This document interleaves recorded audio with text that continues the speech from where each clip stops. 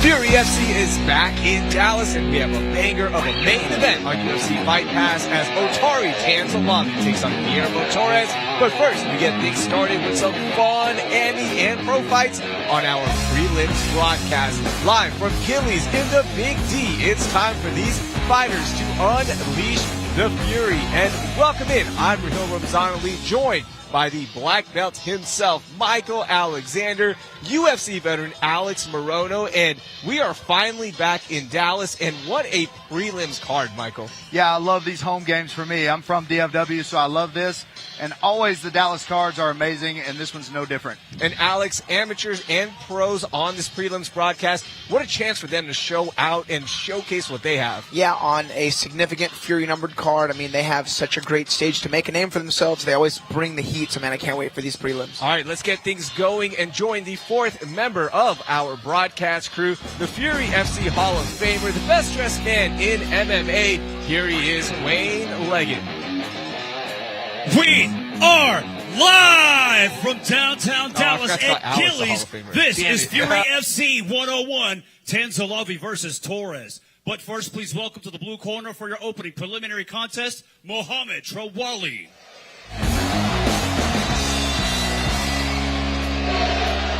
All right, Mohamed Trawali, first man out. Third time fighting for Fury Amateur Series. The African is ready to go. He told us he wanted everyone to know, I am African. And he is proud of his heritage. Liberia's own. He's a guy that is looking to snap a losing streak right now and has so much potential. Yeah, Mohamed Trawali, he won his debut and then came out and lost 2 in a row. And so I know he's looking really hard to get that win back, and he's got all the potential in the world. He's a good athlete. He's got good hands. He's just gotten submitted a couple of times once his fight went to the ground. Yeah, and he's got a great matchup here. He's fighting a debuting fighter. He trains with the next generation MMA guys. They have a great crop of amateurs and pros alike, but a lot of amateurs kind of up and coming, much like himself. So his preparation was very strong. Those guys do the full gamut, the full fight camp, tape study, and they always come in very prepared. Mohamed Trawali is inside. Let's meet his opponent. Please welcome to the red corner, Connor Brooks. Connor Brooks. Guys, growing up, did y'all misbehave in school at all? Never. Not really. I did. I was terrible. The reason I'm bringing this up is Connor Brooks is a high school English teacher. Oh. If he was my teacher, I probably wouldn't be as bad. Yeah, that's awesome. One of the black belts at my gym is a math teacher, and he's awesome. He's super into melodic death metal. We go to shows all the time. He's one of my black belts. Loves MMA. You'd never know if you were one of his students. But yeah, that's always a fun fact. He's got to keep the class in check, right? Like, if a student acts out, he just puts up his highlights. Ready to go. I can train. And now the highlights will definitely be there as he makes his debut as an amateur. And he really wants to prove this. It's like a test for himself, for Connor. Can he do this? And he feels like he can.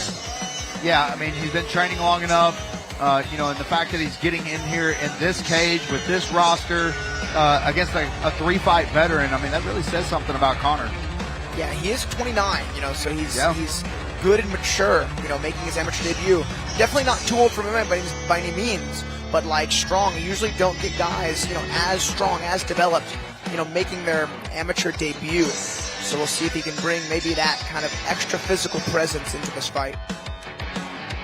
One thing I can attest to is that when you get older, that old man strength is real. Oh, it's real. I fought a lot of old men as a youngster, and I felt it firsthand. It really starts kicking in 25, 26. Yeah. Ooh, it is different. All right, Connor Brooks is inside.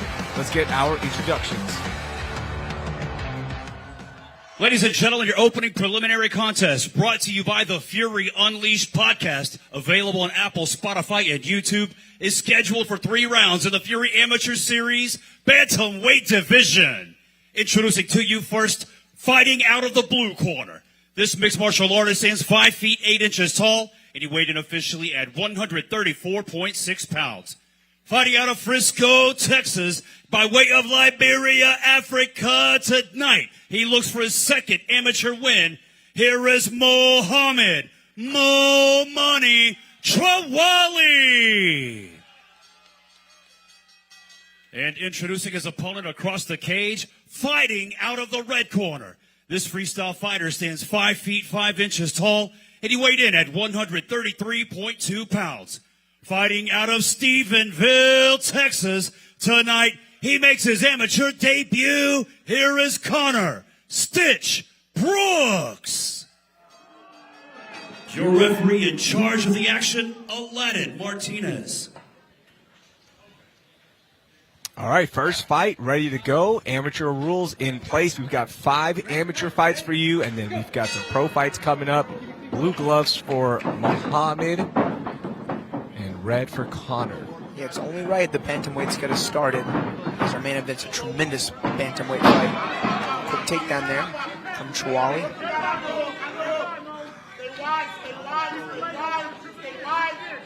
Punches there by Brooks to see if something softens up, but Trawali is all in on this.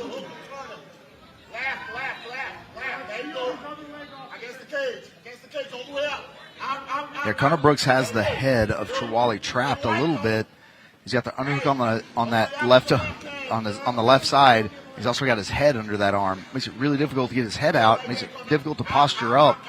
I don't know how guys don't go for guillotines. Yeah, I would have gone for 10 guillotines by now. Probably to a fault. Yeah.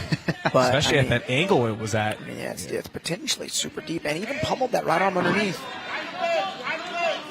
Yeah, because if you give them long enough, this is exactly what happens. 100%. If you've got the head and they're able to get on, immediately to side control as they take you down, there's really no defense for that. He's going to lift him, yeah. Oh! I mean, that was just, a little, an indecisive nature there from Brooks. He still wraps around the head, and it's kind of keeping him alive in this position scramble, but either use the front headlock to hard sprawl, pummel that right side underhook, or commit to the gilly. Yeah, he might as well, because he's burning a lot of energy. Yeah. He's building up a lot of lactic acid in that left arm. And it's tight around the neck. I mean, yeah. Trawali is basically giving him this right now. Just looks like he's anticipating the jump. You see he has his left hand down there on the thigh. He's anticipating the jump, and if he does, he's going to push that really, really hard to be in side control on the opposite side of where the head is, which is where you want to be, of course. Oh, wow. All right. Want some more action. Adam Martinez saying, let's get it going again. Interesting. Yeah, Connor Brooks fighting out of Stephenville, Texas, the cowboy capital of the world. Oof, big body kick. I'll tell you, his back looks all chewed up. It's mostly from the cage. Oh, big right hand. Oh, man. Trawali has Brooks stunned. Again, this is why having a few amateur fights is important, because there's some, fight IQ moments in this fight that could certainly use some crafting. Muhammad especially, he hit him clean with the punch and had him on shaky legs. I don't think clinching was the best path to victory, as he allows Brooks to certainly recover. Yeah, and you see Connor Brooks, he's a little stiff. He's been stiff the entire round. His stance is a little wide. His strikes are a little stiff, so he's got to loosen that up here in the second round. I would imagine the main advice they'll give him in between rounds is to relax a little bit and start throwing those hands. And, anytime you get a debuting amateur, this is kind of what you expect. Yeah. That's why sometimes we'll see 2 debuters look like pros. Yeah. And, it really can be luck of the draw when fighting an 0-0 guy. Take a look at our replays. Yeah, big dump here from Trawali. And it looked like he didn't fight very hard to hold him down. He didn't keep his legs. He really wanted to move those hands down, pin him behind his butt or underneath his butt, keep his legs together. That would have kept him on the ground. Dumped him right here on his head. I honestly thought he was going to get knocked out there. I thought he was going to land on his head, which will always weight on top of him. But, very good survival from Connor Brooks. But Trawali wins that round pretty easy, I think. Yeah. And I'll tell you, I'm surprised Muhammad's not, forcing on the feet. He only threw a couple of strikes. The body kick landed really well. He tagged him with a nice little punch combination. One of them stunned him. I mean, maybe for Brooks, the pacing has settled. a little bit, so you can start to really try to get a little looser. All right, let's get round 2 going. Ooh.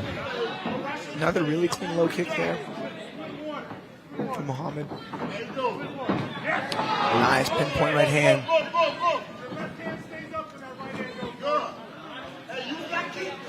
Brooks. Nice right hand again. He got him stunned again. Yeah, Trawali ties up again, has a double leg, switches to a single leg. Looks like Connor's corner told him, hey, if he sticks his head in there again, finish that guillotine, and Trawali was ready for it. Yeah, I wonder if for Trawali is just so committed to the game plan. He wants to get this to the ground. You can see he's been attempting this, but you've got a fighter stunned. Unload a little bit, see what you can do. Yeah, and he's 3 fights in, and he hasn't taken any punishment from Connor at all. So, yeah, this is something they'll look at, and they'll definitely work on in his next camp. I mean, interestingly, Muhammad just threw 2 hammer fists, but at about 1% power. I don't know if you guys saw that, but he just, I mean, very gingerly kind of tapped him with that hammer fist. And it was almost like he was fist bumping him. I missed that. I want to see that. It was weird. It was like a boop. I mean, yeah. Maybe didn't want to risk losing position, but. Man. Yeah, Trawali is going to have to, move to another position or, improve this a little bit. He's got to go for something, or they're going to stand him back up.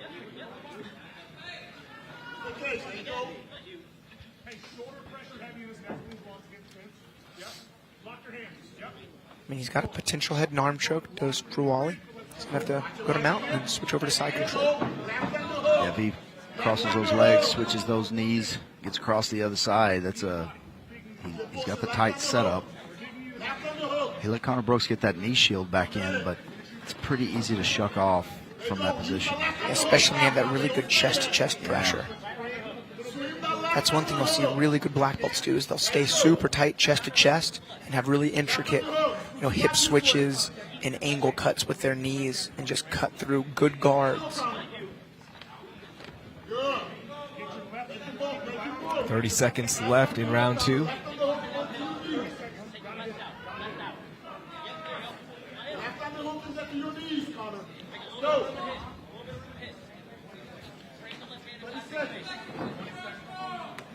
Nice. That was the equivalent of that hammer fist he did a while ago for that slam. I'm telling you guys, it was about 1% of that power. If the guys can get a replay of that hammer fist, I'd be most impressed and very appreciative. All right, here we go to round 2. A lot of control there for Trawali, but missed opportunities. I mean, yeah, he's certainly winning, but I'm telling you, I think he can find a finish on the feet if he just stays there a little longer, because he's almost landing at will. I don't think Brooks is super comfortable in the striking department. Again, it was right there. Had Brooks up against the cage and could have thrown a few more to see what landed, but instead opted to take this to the ground. Yeah, we missed the hammer fists, but that's okay. I'll have to go back on the stream later and watch them. Yeah, we'll screen record that off UFC off the stream later. Maybe we'll do some new commentary for it also. Yeah, it looks like the fight's gonna be called. It looks like he's got a dislocated shoulder. Oh, and or maybe his collarbone popped out. You can see there's a knot there, and maybe his collarbone's broken or something's just dislocated. That's tough, man. Anytime you pick somebody up and slam them and their shoulder hits first, you just take the risk of doing that. Yeah. And Alex, I mean, we know this from jiu-jitsu, of course, but falling is as much a skill as falling and the way you hit the mat is as much a skill as throwing a strike or hitting the takedown that leads to the fall. 100%. Congratulations to Muhammad Trawali getting the finish here and getting the win. Yeah, that goes down as a TKO due to an injury. Doctor stoppage in round 3. Let's take a look at the replay of Oh, yeah. I mean, Could that'll have been do right it there. for Yeah. sure. Yeah, you see a lot of pressure going down on that shoulder from Raleigh to the shoulder of Brooks. And then, man, I'm surprised he lasted the whole round because that happened at the first of the round. Absolutely. So he was down there that whole time with that popped out of place. Wow. All right, let's make things official. Here's Wayne. Ladies and gentlemen, the end comes 10 seconds into the third and final round. Declaring your winner by TKO due to a doctor stoppage, Mohammed Mo Money Trawali. All right, fun way to get things going here. Still have some more amateur fights coming your way. By the way, we head to UFC Fight Pass at 8 p.m. Central Standard Time for our main card. So don't forget to get your subscriptions in. But next, let's meet our next fighter. Please welcome to the blue corner, Bernabe Acosta. All right, Bernabe Acosta. Next fighter out. The 18-year-old making his debut. What a moment. Yeah, this will be interesting. This fight has the biggest gap in age of any fight on the card. Fighting a man in his 30s, a teenager versus a 31-year-old. The 18-year-olds, man, they're always so much fun to watch. My guy Jaden, he just fought last week. He's, I think, maybe 19, and those guys always just fight at a young man's pace. They do kind of everything at a young man's pace, but you know they're going to have great cardio, great energy. Comes out of SFS MMA. Yeah, you got to wonder if it ever crosses their mind that, hey, I'm fighting a guy that's old enough to be my father's young friend. And, you know, like, hey, this is what it would be like fighting my dad. And, you know, an 18-year-old versus a 30-something, you know, it's very close. Very, very close. And I also wonder from the 31-year-old's perspective, if you're Ryan Pena, like, what are you thinking? Like, I got this 18-year-old, his pace is going to be crazy, but I know I'm going to be stronger. So I think that depends on the age. 31 is like prime male athletic time, so I don't think he'll mind. All right, let's meet his opponent. Please welcome Ryan Pena to the red corner. Ryan Pena also making his debut, as we mentioned, 31 years old. This is going to be interesting. He has trained at the UFC Performance Institute at Factory X, so has a lot of support behind him. Yeah, I'd say he's got Jonathan Martinez in his corner, and you know if he's even a fraction of the skill as his coach, I think we're in for a fun debuting fight. Yeah, if you frequent Vegas and you're at the PI, you'll see the opportunities that the teammates of the fighters or those big camps like Factory X, you know, they get to go and they get to train with them. They get to help their partners warm up. They get to do that. They get to soak in that experience of training where the big guys train. And I'm telling you, it makes a huge difference. You can see it on their face. You can see how proud they are to be there, and that's probably the case with Pena also. Yeah, Pena also rocking some pretty seasoned cauliflower here despite being 0-0. I'm sure he's got a wealth of martial arts in his lifetime. He's also a former Marine, but once a Marine, always a Marine, so served in the military as well. He's a proud father to a son, wants to be a great role model for his son, and what better way than to make your debut? You got to beat up an 18-year-old. Yeah, I'll tell you, boys, on paper, I think the 31-year-old's got the advantage here. We were talking about, do they want to fight the youngster? I think in this case, it's the youngster want to fight the Marine. And we'll find out in just a few moments. But again, we've learned never, ever count anyone out in this cage. I got to tell you, on my third, I got a fight that was, when I was fighting, I had a fight scheduled against a teenager. I was 35 years old, and the fight ended up not happening. That teenager, Evan Cutts. Whoa! Oh, my, okay. Oh, wow. All right, both fighters are in. Let's get our introductions. The following contest, brought to you by Space City Collective, is scheduled for 3 rounds in the Fury Amateur Series Flyweight Division. Introducing your first competitor, fighting out of the blue corner. This mixed martial artist stands 5 feet 6 inches tall, and he weighed in at 124.2 pounds. Fighting out of Dallas, Texas, tonight he makes his amateur debut. This is Bernabe Acosta. And introducing his opponent across the cage, fighting out of the red corner. This freestyle fighter stands 5 feet 8 inches tall, and he weighed in at a perfect 125 pounds. Fighting out of Plainview, Texas, tonight, he too makes his amateur debut. This is Ryan Pena. Your referee in charge of the action, Steve Armstrong.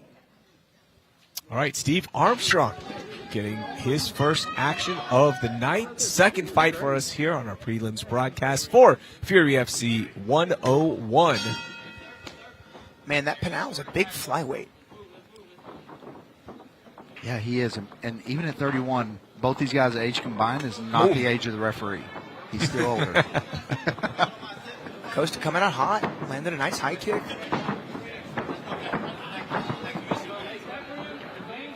Really being aggressive here, both fighters. And for Pena, a chance to showcase what he's been working on, training at some great facilities. Man, Costa's not backing down at all. No, man, it's super measured on when he throws, and he's throwing hard. Tagged by left hand, but moves well out of the way. Yeah, Costa's hands look good. He looks like he's trying to throw a lot of kicks here. Maybe trying to prove a point to those Factory X guys that he can throw some kicks too. Yeah, he can track really well. He keeps his feet right underneath him right before he launches big punches. He kind of like feints his way in. It's interesting. Strong skill set for such a youngster. Switches his stance now to southpaw. That's going to hurt. Acosta kind of reminds me of Drake Lopez from San Antonio. That style, just like I think a little bit more measured than Drake. Drake just goes in and figures it out later. Drake got a couple KOs to his pro record. Quick ones. Oh. Costa trying to get the same success. He's looking for the big shots. Just curious if we'd see Pena go for the takedown and use his size advantage. So Acosta's get-up abilities here. He's got to not expose his back much on this get-up. Did a good job framing, staying on his side, not getting flattened out, not turning his back all the way. Pena did a good job of grabbing that wrist on his plant hand so he couldn't get up. Pushed him up against the fence a little bit more, and then Acosta ended up using it. Good timing on the underhook there from Acosta. He's got a nice, good job Pena not throwing those knees to the head. That's not allowed for the amateurs. Good fight IQ there from Acosta. I'm sorry, from Pena. Knees were heavy, though. 30 seconds left in round one.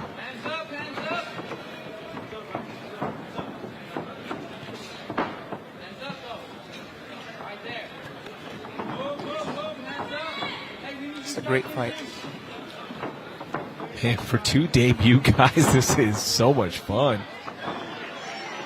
Could have been a statement there for round one for Pena. Good scramble there. Good, great work from both guys. One is a wrap. Yeah, good hands from Acosta. Good all-around game from Ryan Pena. I mean, this is a good debut. I'll tell you, despite the size and even perhaps athletic difference, Acosta did a good job dealing with the takedowns and the pressure of Pena. Yeah, and he took those shots well, and you saw when he throw those combinations, he would change angles when he stopped punching. I mean, very, very good technical striker there from Burnaby Acosta.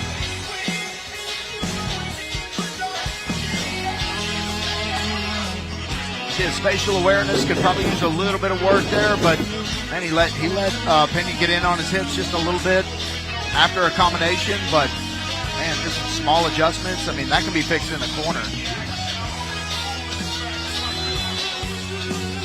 Very entertaining first round. All right, let's see what adjustments were made for round two. And the biggest thing is how the fighters execute those adjustments in their first fight ever. Both of them. Oh, man. Really good sit down on the punch there from Acosta.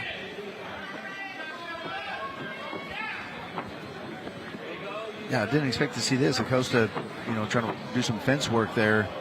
So I think what happened is he committed so hard on that big bomb of a right hand that they clashed, and to not be behind in the clinch game, I think he just went for the underhooks.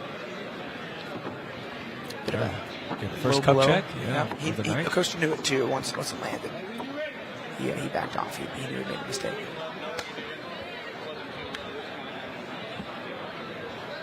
I think Acosta was trying to tell him he didn't think he hit him in the cup. It looked pretty obvious, but maybe I'm wrong. Good left hand. Different Pena.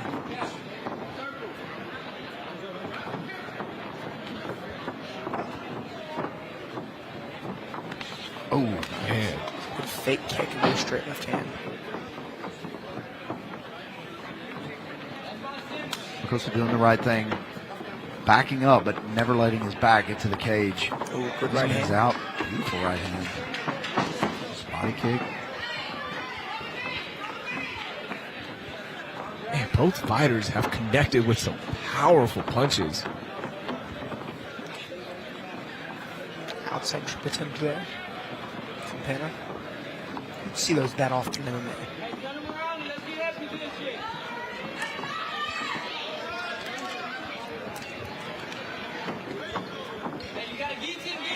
Oh, nice shuck down to the guillotine.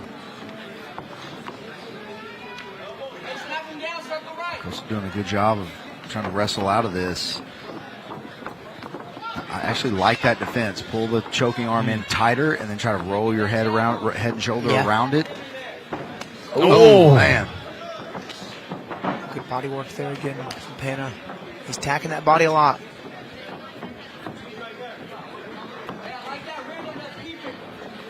Yeah, Pena was in a little rhythm there. He was starting to land pretty regularly there in about a 7 or 8 punch combination. And even after that combo, Michael, Burnaby never backed down. He was right back in Pena's face. Rifle off big 1-2s. Nice. Lands well there. Man, I'm so impressed with both of these fighters. But for this 18-year-old, there's a bright future ahead. Yeah, made a fan out of me already. Now, you probably see this a lot. I mean, no telling how long Acosta's been training. You probably see this a lot. I know Joe Hendershot and some other guys in your gym, you've had them since they were 10, 12 years old. Yeah. And now you're seeing them as absolute killers inside the cage. What's that like as a coach? Man, it's awesome. You don't almost don't know. You have high expectations, but you never know until they get in there. Man, I've never once been disappointed by my crew. Under 20 seconds left. I'm sure Acosta's coaches feel the same way because he is performing very well against a very tall order. By the way, your fighter Josh Thomas on the main event in our feature fight of the night, taking on Kevin Rosas. It's going to be on UFC Fight Pass. 10 seconds now. Forgot we had the cup check, so our clock was off. Ooh, nice head movement there from Acosta. Man. Look at that last 10 seconds. Man, there's a case that Acosta stole that round. Yeah. I mean, that was close. Yeah, And he finished very strong. Yeah, I think Acosta could have easily won that round. And both rounds are fairly close, but And Acosta, he didn't sit down. He was talking to the ref, clarifying some rules. yeah. Also trying to still plead his case, and he don't think he cup checked him. Maybe we'll get a replay here and see if it happened. Nice body shot there from Pena. Yeah, Pena started the round really well, but Acosta finished the round really well.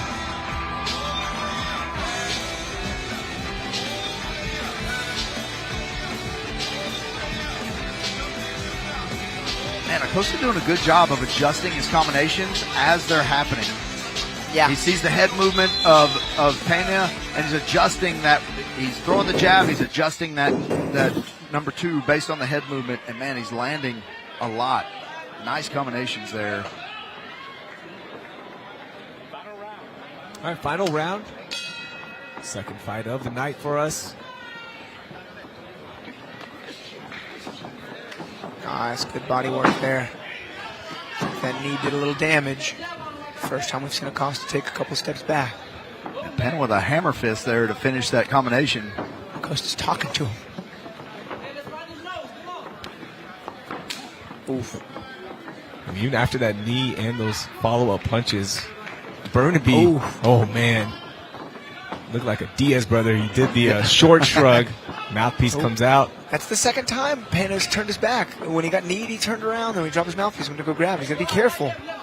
Because until the ref says stop, I mean, Acosta could try to catch a sneaky punch from the rear side.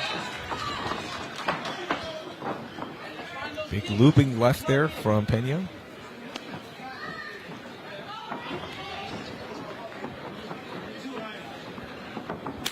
Oh, that slap with a body kick is actually not as effective as the ones that you don't really hear that loud. The thud is much, much worse. You can kick someone in the right side and it'll hurt their left rib. Can't tell right now, but looks like Burnaby has a few scratches on his back. I don't know if you guys will get a chance to see this, but maybe it's just the way the blood was splattered or what, but it looked like deep scratches. Man, maybe we need to go in here and feel around the edge of this cage and see what's happening. I'll tell you, that those cages are rough, man. Yeah. I mean, they're so stiff.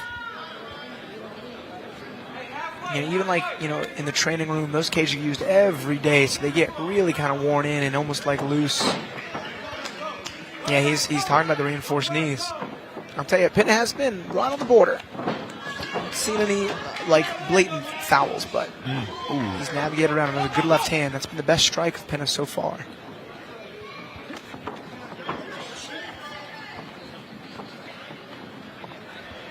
Under 1 minute left in this fight.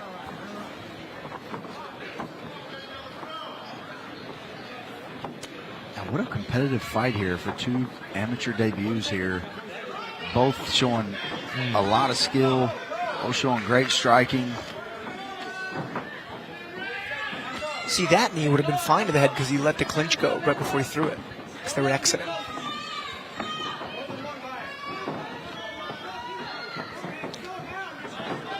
Not a lot of time left. Do you think Pena is up a bit with the strike count in this third round? Yeah, Costa slowed down pretty significantly here in the third round. That might have just done it there for round 3 for Pena. Great fight from these guys. Bright future for both of these fighters. We'll see how the judges scored this one. Yeah, very competitive fight. Both these guys are going to come out of this fight way better than they were coming in because they experienced a little bit of everything here.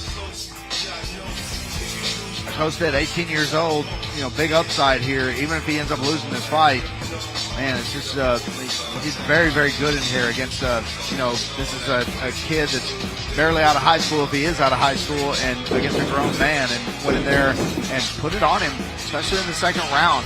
I think Acosta won the second round. I think this probably will be a 29-28 for Pena, but man, very competitive fight. Yeah.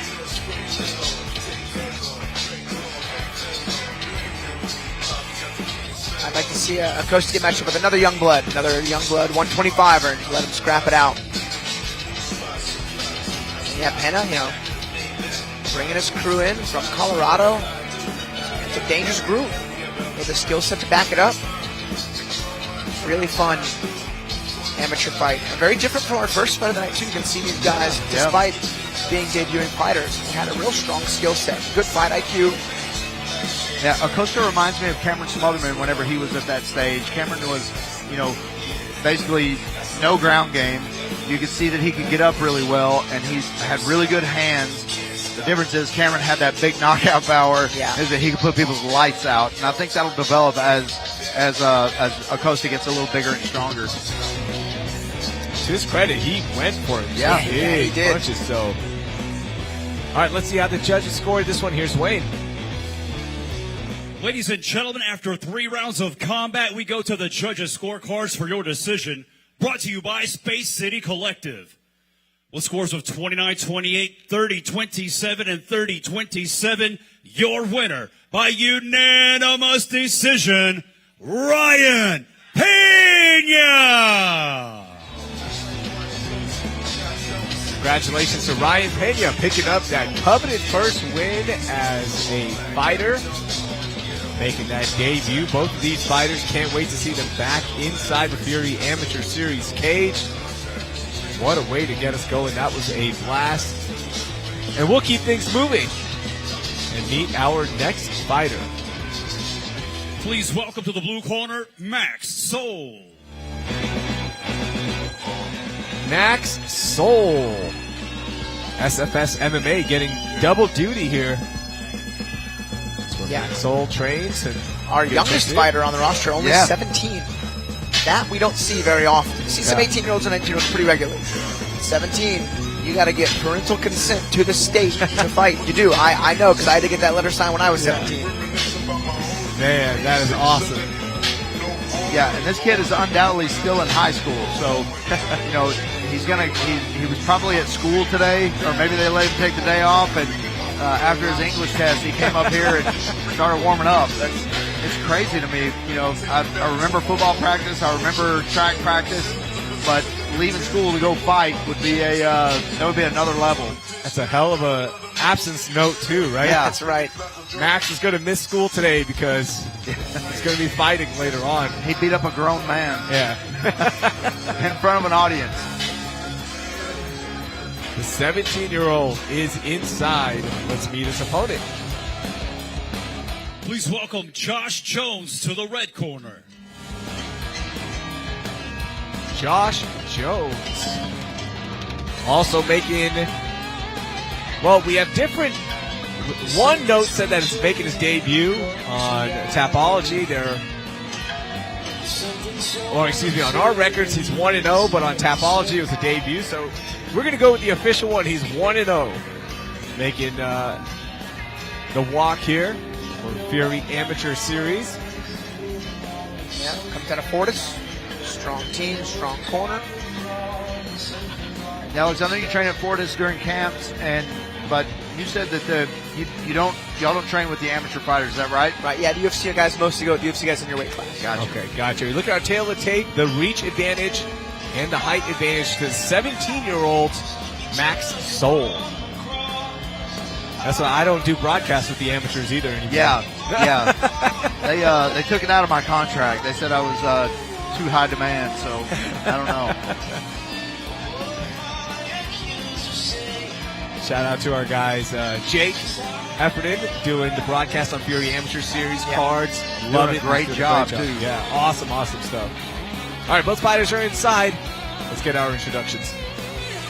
Ladies and gentlemen, your next fight, brought to you by SheathUnderwear.com, is scheduled for 3 rounds in the Fury Amateur Series Featherweight Division.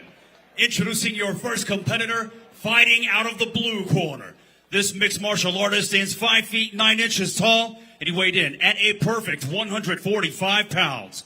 Fighting out of Mesquite, Texas, tonight he makes his amateur debut. Here is Max Soul. And introducing his opponent across the cage, fighting out of the red corner. This freestyle fighter stands 5 feet 6 inches tall, and he weighed in at 144 pounds. Fighting out of Arlington, Texas, his amateur record stands at 1 win, no losses. This is Josh Jones. Your referee in charge, Aladdin Martinez.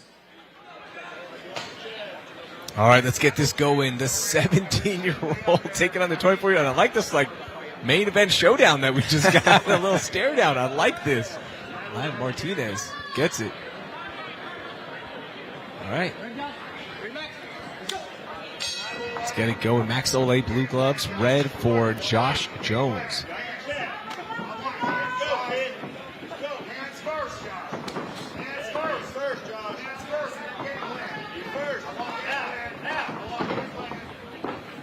You see Max Soul at the beginning of those combinations, he's kind of moving his head forward, and crashing in there.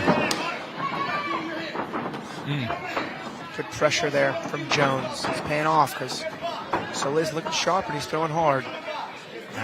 Jones is keeping him on the back foot. Man, I know Josh Jones said that he was 24, but man, he looks 42. Definitely looks like a grown man in there next to the 17-year-old Max Soul. Yeah. You can also see just the body build. Yeah, On both guys have a strong pressure. build for Yeah. featherweight, albeit different. Every body's beautiful, guys. That's right. Watching at home. I actually watched a little tape on Soleil. Almost had a guy take a short notice fight against him for this card that didn't work out naturally. But he had good, sharp kickboxing. And he's a little bigger than I thought, seeing him in person. This is the pace, by the way, sorry to cut you off there, is what we kind of expected with a debut guy and a guy who has one fight. It's kind of a little frantic, right? It's kind of on edge. Yeah, you can see the age difference is playing here for Jones, as both guys are physical. Jones is a little bit meaner about it, and he's been doing great with his consistent forward pressure.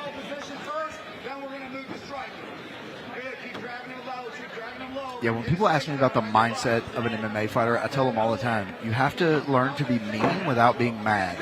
And so, I tell people that in jiu-jitsu competition, I tell them that, like, look, in these you have to be mean. If you're not, they're going to get out. You're going to let them out. They're going to, you're going to give them a little bit more space. So you have to be mean without getting mad. And that's a difficult thing to master. That's a great quote, Mike. I'm going to use that at the gym next week and naturally give you credit for it. Oh, big high kick there from Jones. Yeah, and I didn't even hear that one from anybody else. I thought that's just my mindset. Don't get mad. Don't get mad. When I was fighting, and when you're first starting, especially when you're 33 and you're not very good and you're getting beat up by girls, it wears on your mind. So I just had to keep telling myself, just be mean without getting mad. Yeah, and if you're angry, it'll make you make rash, often bad decisions. It's a really cool saying for competing in martial arts. You most certainly have to be mean. Oh yeah, especially at this level. When you get in the cage, and it is it's a meanness. If you roll with Alex Morono in his class, and you'll feel the meanness that we're talking about. Oh, it's a little zoned out there. He didn't hear me. Oh no, I just agree. You have to be. They say nice guys finish last in the martial arts. That couldn't be more true. Yeah. Well, I said, I don't think you heard me, but I said, when you go to Alex's school and train with him and get around with him at his school, you'll see how mean he is. Oh, man. Yeah. I'm just trying to dodge, get my elbows cranked on by you, Mike. It's funny. I was like, Alex is the nicest guy out of the cage. Nice. That was a great round. I think that was pretty clearly a Josh Jones round, mostly because his forward pressure had the takedowns, had the striking. But Soleil was throwing super sharp technique. I think he was just a little overwhelmed by the pressure of Jones.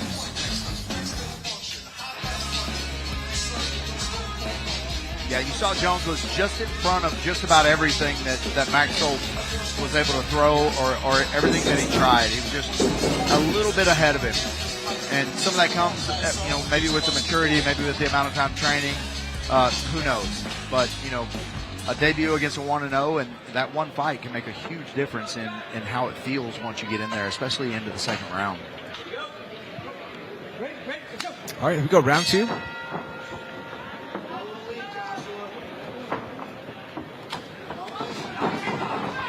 Jones doing a great job catching those kicks. And Soleil's throwing them well, but Jones just has a great answer. If there's anything that the Fortis guys are best at, it's takedown defense, man. That was a good shot from Soleil, but Jones just old school, classic style, super sprawled it. I'll tell you, this is tough for Soleil. This is a lot of energy expenditure for not a lot of payoff. Man, good work here for Jones. He is relentless on the ground. Gets one hook in, but goes over. He's riding really well. Yeah.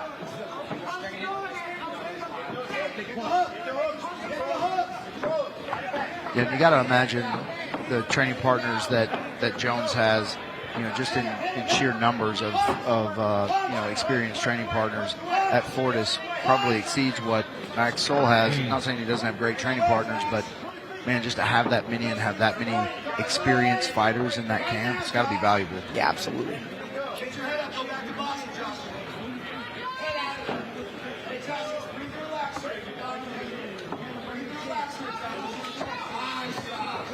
Man, I'm telling you, it's that pressure of Jones. He's not letting young Max get his sharp kickboxing going because he's keeping him on the back foot. Oh, nice spinning back kick. Into a right hand, into a sprawl.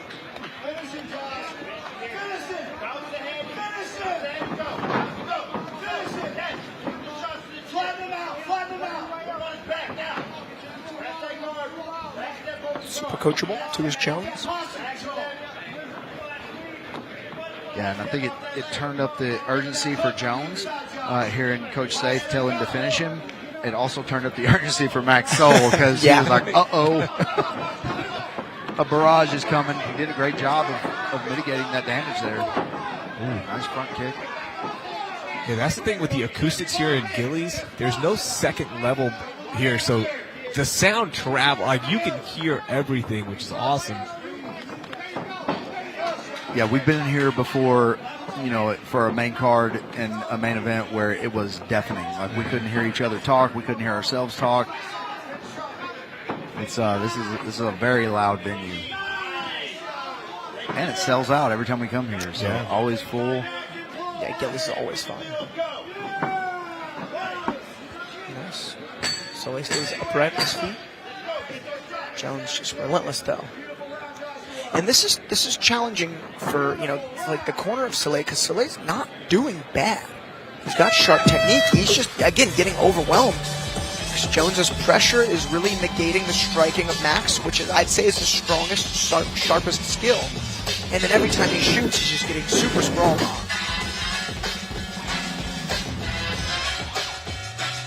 I see Josh Jones just not giving any space to Max at all. He's right in his face, never giving him any space.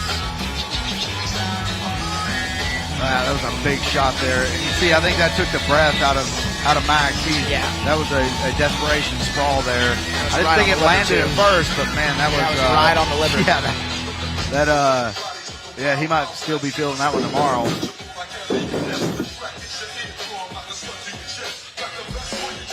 Yeah, entertaining fight so far, but man, just all Josh Jones. He's just in his face, constant pressure. He's landing well and throwing some flair in there. The spinning kick, the liver. I mean, super sharp takedown defense. Yeah, good looking amateur man. Max Soleil though doing well. The 17-year-old with a tall order tonight, keeping strong composure, lands a good right hand. Oh, man, unloading now is the 17-year-old. I think Max Soul's kind of letting it all hang out. He knows he's down 2 rounds on this fight. His coach probably told him kill or be killed right here. I mean, that's what Max was effectively trying to do since round 1, but I'll tell you, having fun a lot. When the guys just stay in your face, you can't really set your feet how you prefer. They make you, initiate strikes off of their tempo opposed to yours, and it can really stifle a game. Big jump knee there from Max. Jones was willing to crash though. Instead of backing out, he's coming forward when Max is throwing.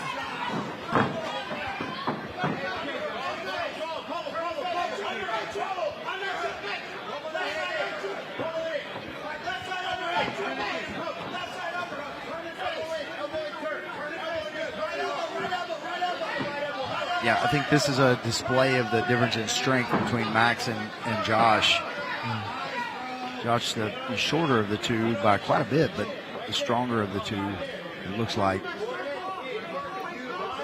I'll tell you what, Max Soul's got a future in MMA.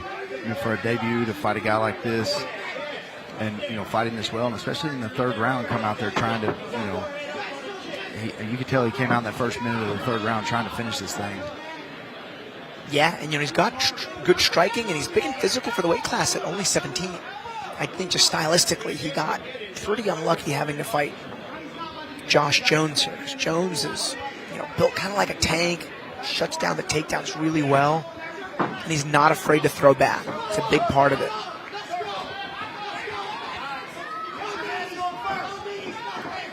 About 50 seconds here left in the 3rd round.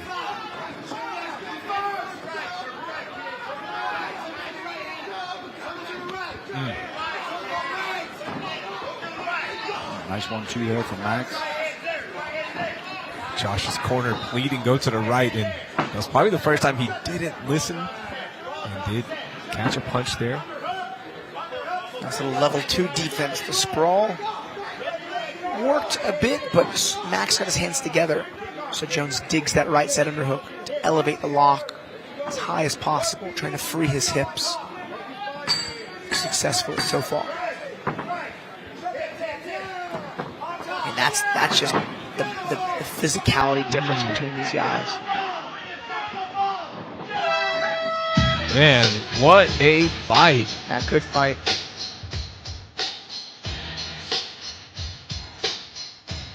No reason to hang your head for the 17-year-old. That was a fun debut. Great strategy. Josh Jones, can't wait to see him back inside the Fury Amateur Series cage.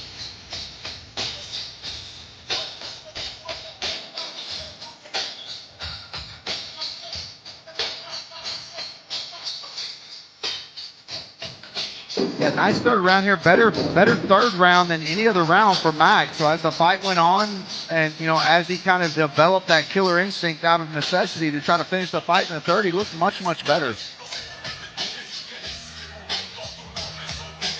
Just brutality, man, from Josh Jones. That was every time he, even when Max got in deep on a double leg, Josh able to sprawl, get that underhook, and just, basically just outforce him. I mean, Yeah. it just, was, kind of hitting a brick wall there for Max.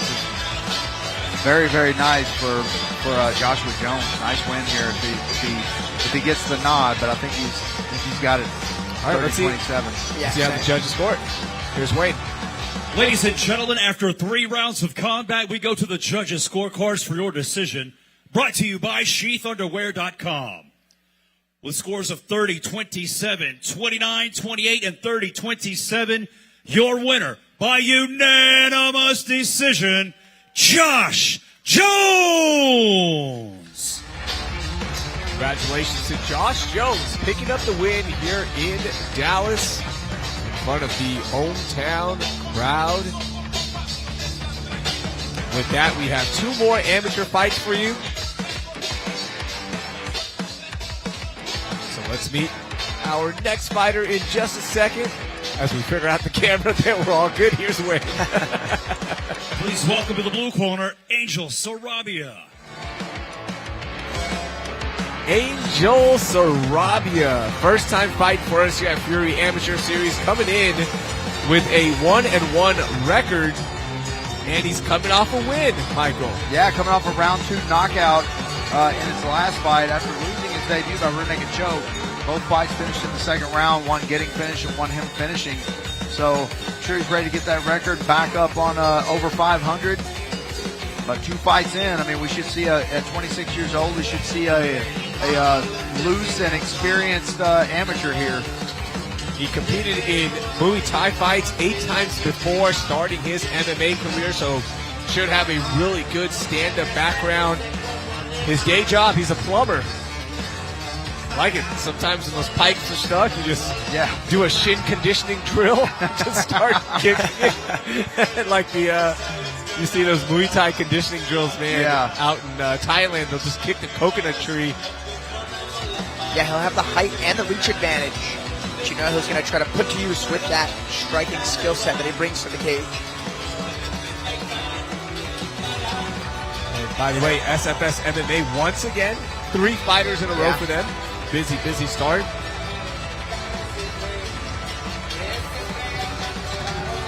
They're going to go grab his mouthpiece. He'll have it in before this fight starts. All right. Angel is in. That's always good. Let's meet his opponent.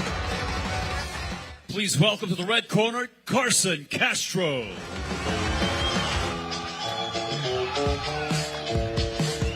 Carson Castro. Second time inside the Fury Amateur Series cage. Coming off that debut win, Michael. Yeah, won by guillotine in round 3. So a little bit of experience going in there. Got 2 rounds under his belt. Went into round 3 and was able to secure that guillotine at Fury 86. And I mean, another promising guy here. You know, we say it all the time. Every show, our 125, our 135 class, man, it is about as good as it gets at the regional level. And to see guys like this coming up into that, both these guys, Angel Sarabia and Carson Castro, it's exciting. We look at our tail of the tape, brought to you by Warbringer Southwest Urban. 3-inch reach advantage, 2 inches on the height for the 26-year-old Angel Sarabia. You see 137.6 for Carson Castro on the scales. He's looking to showcase his striking a lot more, but first let's get our introductions. The following contest, brought to you by the Big Beast of Bourbon, Warbringer Whiskey, is scheduled for 3 rounds in the Fury Amateur Series Bantamweight Division. Introducing to you first, fighting out of the blue corner. This mixed martial artist stands 5 feet 10 inches tall, and he weighed in at 136 pounds. Fighting out of Dallas, Texas, he holds an amateur record of 1 win, 1 loss. Here is Angel Sarabia. And introducing his opponent, fighting out of the red corner. This freestyle fighter stands 5 feet 8 inches tall, and he weighed in officially at 137.6 pounds. Fighting out of Abilene, Texas, by way of Lafayette, Louisiana, he holds an amateur record of 1 win, no losses. Here is Carson Castro. Your referee in charge, Steve Armstrong.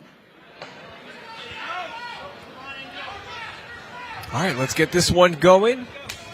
Angel Sarabia, blue gloves. Carson Castro, red. Oh, man, huge calf kick. Takes him off his balance into a triangle, though, if he can figure 4's legs. Oh, man, that's a tight triangle. Man. And they're so early and dry and strong. Yeah, if he'll squeeze those knees together. Oh, they've got an arm bar in there also. He's got to try to get that palm up. Drives the elbow down. This is very, very tight. Man, sometimes stepping over like that can almost make it worse. Oh, man. Yikes. Oh, he's crossing his feet. He's limiting the grip, but still. What a showcase of defense there. Almost worst case scenario. Oh. He's got to clear those legs. He's still got to figure 4. There's a little space. Oh, man. Yeah. That head might be able to sneak out, but it's still very tight. He's looking okay right now. Yeah. This is such an annoying defense. Have you ever had anybody defend this? It's so annoying in there because you can see the finish in your grasp and you just can't get past those legs. Man, tight figure 4. Oh, man. Oh. Yeah, those are strong, strong shots. Yeah, this may be the match. He needs to put that right arm around the knee. Gets the arm again. Man. That is so tight.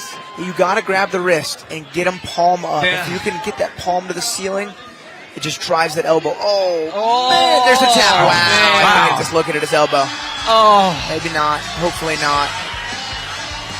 No, it's not. Okay, good. Man.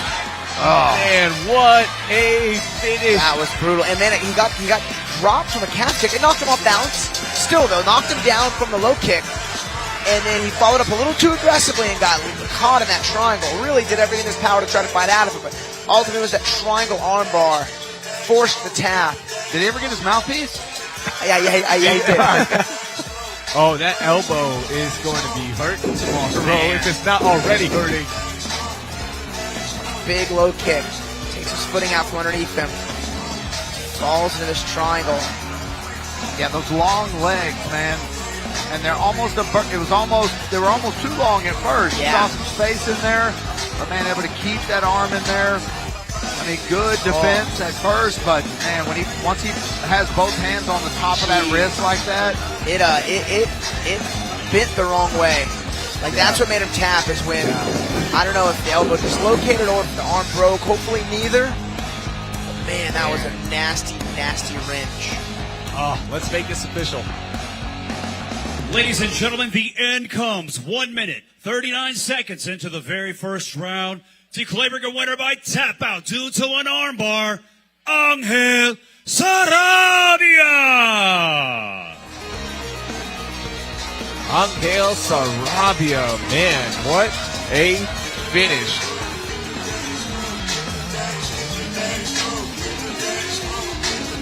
Yeah, beautiful job of, making the best of some adversity right off the bat. I mean, that was a hard leg kick.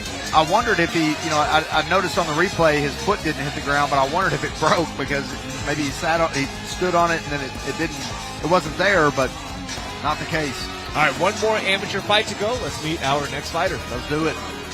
Please welcome to the blue corner, Luis Navarro. Luis Navarro, second time inside the Fury Amateur Series cage, coming off a debut win, Michael. Yeah, 6'2", big, 170-pounder. Debut win over Darian Jackson by knockout. And again, in his debut, went 2 rounds deep, got a little experience, and showed some resilience, and ended up winning that fight in round 3. So, not only is he a big welterweight, I bet he's close to 200 pounds now at 6'2", going back into the cage, and for an amateur that's that big. Very tall order. Yeah, man, it's funny. He was actually matched by my guy, Jaden McKinnon, but they ended up doing some scrambling as they needed more fights on the card last week in Houston, so they had found Jaden, a Houston guy, and out-of-towner who was 3-0. So a tougher fight on paper, but I was talking to my coach, and Luis Navarro's big, and it was funny. My coach texted me after answers, and he's like, hey, that Navarro is really big. And I actually remember Navarro's fight really well when he fought in Gillies last time. It was a really fun fight. And he just used strong grappling, but really strong striking to get a pretty strong, walk-off KO in that 3rd round. And he's about as big as they get for the welterweights. He really is. Super fun style, well-rounded fighter, the Mexican fighter. That's what he likes to call himself. He's inside. Let's meet his opponent. Please welcome Charles Woods to the red corner. Charles Woods, first time inside the Fury Amateur Series cage, coming off a debut win back in January of 2023. So it's been a while since he stepped inside, Michael. Yeah, it's not often you see somebody win by knockout in round 2 and then take almost 2 years off. I mean, usually it's the other way. They win by knockout, they want to get right back in there, they start building that record. Obviously, he had something he wanted to work on, so 2 years later, here we are. Yeah, if I'm not mistaken, I think it was a head kick, if that's what it said on the list. I think I was there watching that fight live. But Woods is solid. This is a really fun matchup. Both guys 1-0, both guys big and tall. I mean, I had this, granted it's our final amateur fight, but as like the highlight amateur fight of the evening. Yeah. Charles Woods training at Fortis MMA, and he told us before that he finds training to be very therapeutic. He loves fighting. He initially wanted to become an MMA referee, and he's like, fighting wasn't just the goal. Like, he wants to be a referee, but he just found it so much fun. He's like, I'd rather just fight right now. Refereeing will always be there. Yeah, you can do refereeing at any age, and as we've noticed. But those younger years, they don't come back to you. This is the youngest he'll ever be, and so I'm glad he chose that direction instead of the opposite. We look at our tail of the tape, brought to you by Danuna Law Firm. The height advantage going to Luis Navarro, but even on the reach, both fighters did make weight for this welterweight amateur bout. Fight like this, I mean, it's funny. It might as well be a pro fight. Now, granted, we know why it's not, but still, I mean, in terms of their skill set, their physicality, their experience, I mean, this is going to be a tremendous fight. By the way, any fighters who are watching this, become a referee at some point. Get in it. It's so different when a fighter is inside because you see things differently. You understand positions differently, and not like the other referees don't, but there's just like this innate ability that you get years after fighting and training. Yeah, and I hear that referee school is no joke. I heard it's very, very difficult. All right, Charles Woods is inside. Gets a run around the cage, feel it out. Some love here between fighters. A lot of respect. Let's get our introductions. The following contest, brought to you by DeNunaLawFirm.com, is scheduled for 3 rounds in the Fury Amateur Series welterweight division. Introducing to you first, fighting out of the blue corner. This mixed martial artist stands 6 feet 3 inches tall, and he weighed in officially at 170.4 pounds. Fighting out of Oak Cliff, Texas, by way of Monterrey, Mexico. His amateur record stands at 1 win, no losses. Here is Luis La Mantarraya Navarro. And introducing his opponent, fighting out of the red corner. This freestyle fighter stands 6 feet tall, and he weighed in at 169 pounds. Fighting out of Dallas, Texas, his amateur record also stands at 1 win, no losses. This is Charles Woods. Your referee in charge, Aladdin Martinez. By the way, Luis Navarro training at Aztec MMA, Peña Alamov. It's his school. He's going to be in our co-main event on UFC Fight Pass, starting at 8 p.m., by the way. We hope to see you there. Oh, good quick get up there from Woods as Navarro throws a low kick. I'll tell you, looking at the papers here, it does not look like 6 foot versus 6'3". It looks like 6'3" versus 6'3". Yeah. These guys are very similar in the height department.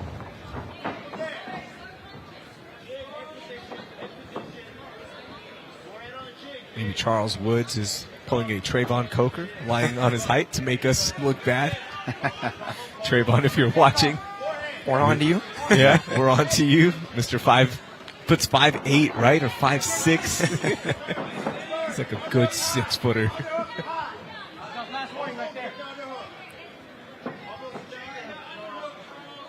And it's usually the smaller guys that we have that with, where they're like, no, I'm 5'5". Like, no, you are 5'2" every single day this week. Oh, nice. I mean, strong position here from Woods on a bit of a botch takedown there from Navarro.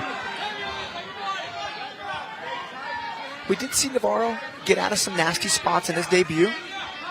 Kept his cool. Woods a bit more experienced, though, than Navarro's last opponent.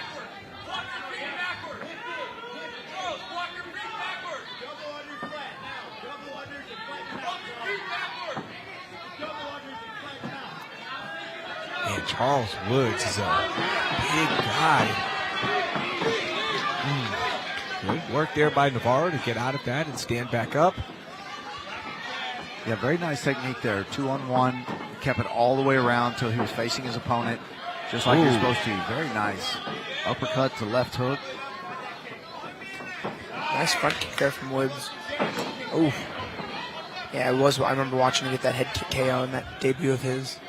He'd thrown it a bunch, too, but finally found the home in the second round when the guy got a little more fatigued. And Woods was able to make some strong reads.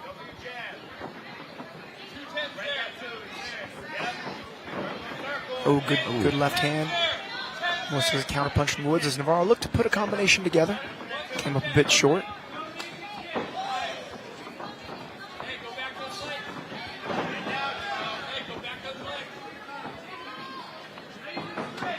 Navarro throwing light shots to come out there, and then he's looking for that big bomb, overhand right or left. He's switching stances pretty regularly.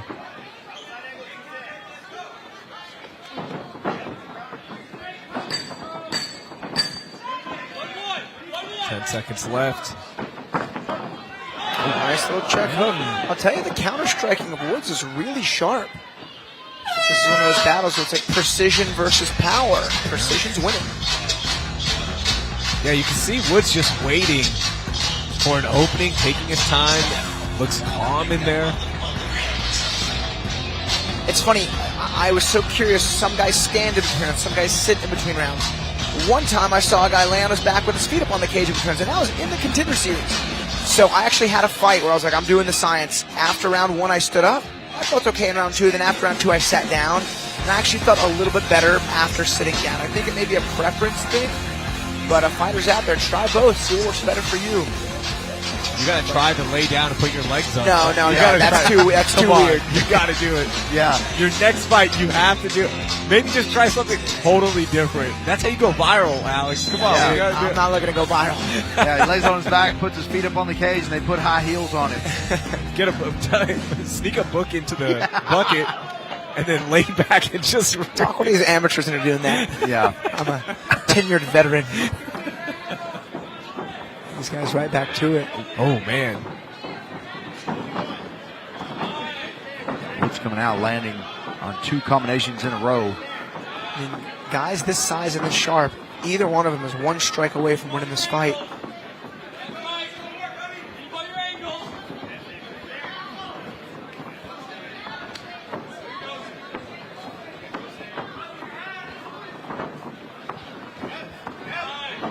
Nice little double jab as the measuring stick into that left hand of Woods. Man, he puts him out. He's out cold. Oh, man. That was that same lead counter hook there from Woods. It was just clipping him in such a accurate spot. Rocked him, and then he hit it again, and that's what really dropped him. And I think Navarro ducked down to his right as that uppercut was coming, or that hook was coming, and it connected perfectly. Man, that Woods is a sniper, but he's active. He got that second round KO in his debut, and he has a second round KO now as he increases his record to 2-0. Man, he said Muhammad Ali is one of his inspirations, and I can tell you right now, Muhammad Ali's looking down saying, "Get him, young champ." What a finish. There it is. So it was actually a rear hook initially, and then after the hook, he ended up switching stances. Watch that left hand, left hook, and lead left hook. It was the follow-up that really did the damage. Yeah, beautiful job there. Here we see it, boom, right there. You see the head duck down to the right. He switches stances. That lead hand. Right on the temple. It was kind of like when Adesanya hit Robert Whittaker. It was just a strange hook on the temple on the exit. Really cool. Wayne's inside. Let's make things official. Ladies and gentlemen, referee Aladdin Martinez calls for a stop to the fight. 42 seconds into round number 2, declaring a winner by TKO, Charles Woods. Congratulations to Charles Woods. Keeps that record perfect at 2-0. And with that, the amateur portion of our prelims is done. Let's get some pros out here. 5 pro fights left before we head to UFC Fight Pass. Let's meet our next fighter. Please welcome Dylan Aguilar to the blue corner. Dylan Aguilar, 3rd time inside the Fury FC cage, looking for that coveted first win. And had a tough fight last time out, Michael. Yeah, I mean, Dylan Aguilar, he's always a tough fight. He has 10 amateur fights. He was 6-4 as an amateur. He's one of those guys who's got some exciting kicks. He's got some exciting, he's got kind of an exciting style. Just hasn't been able to eke out a win yet. So in that 6-4 amateur record, he had 2 championship belts, and he had a knockout of the year, a jumping switch kick KO. I mean, he really had done it all as an amateur. It was time to go pro, but he just had a tough run so far as a pro. But we see him stepping back in the cage here soon, not discouraged, has a strong skill set behind him. But it's just different. The pro levels do hit different. Yeah. Talking to his team beforehand, he really wants to focus on patience. Because he is one of those fighters, like he wants to bring the heat right out the gate, looking for a finish. But they really try to work on patience. And again, easier said than done when you've got a fighter who's looking for finishes. But let's see how he looks inside. Let's meet his opponent first, though. Please welcome to the red corner, Ian Engbrock. Ian Engbrock. 2nd time inside the Fury FC cage. 3-2 record and on a 1-fight win streak. Yeah, 5 fights in, he won it. He won his last fight, but all but one of his fights has gone to decision. So 5 fights in, he's got a lot of rounds in those 5 fights. So 25 rounds in in 5 fights, or 24 rounds in on 5 fights. That's a pretty good experience for a guy with a 3-2 record. Yeah, he's really big, really physical for the weight class. kind of one of the mainstays at Fort Espina for a long time. And, does a lot of different tasks around the gym, both on the teaching and cleaning side, but also on the training side. Every time I've ever been there, he's always been in. And he's got a strong team and a strong set of training partners behind him for sure. Started training MMA when he was 15 years old. Loves it, as you mentioned, always around the gym, and is now looking to get that record up higher and higher. 3-2 is not bad as a pro. When you start bringing it up to 6-2, 7-2, you put yourself in that conversation of championship potentially. Yeah. And as a guy who could get a look for Contender Series. But it starts here first tonight. Both fighters are in. Let's get our introductions. The following contest, brought to you by OnlyFans, is scheduled for 3 rounds in the Fury FC Bantamweight division. Introducing your first competitor, fighting out of the blue corner. This mixed martial artist stands 5 feet 8 inches tall, and he weighed in officially at 136.2 pounds. Fighting out of Victoria, Texas, tonight he looks for his first win as a pro. Here is Dylan Angel de la Muerte Aguilar. And introducing his opponent across the cage, fighting out of the red corner. This freestyle fighter stands 5 feet 10 inches tall, and he weighed in at 136.4 pounds. Fighting out of Dallas, Texas, his professional record stands at 3 wins, 2 losses. Here is Ian Engbrock. Your referee in charge, Joe Coca. All right, Joe Coca starting us off here with our pro side. Dylan Aguilar, blue gloves. Ian Engbrock with the red.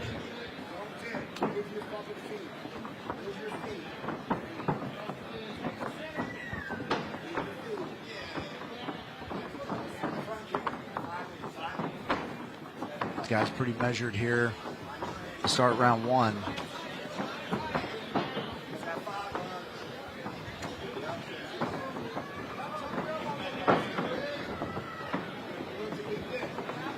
Movement here out of Dylan Aguilar. Yeah, both guys are super explosive.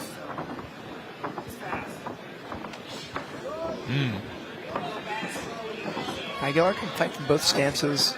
Engbrock a pretty consistent southpaw. Engbrock a bit bigger. Prefers to grapple a little more in his fights.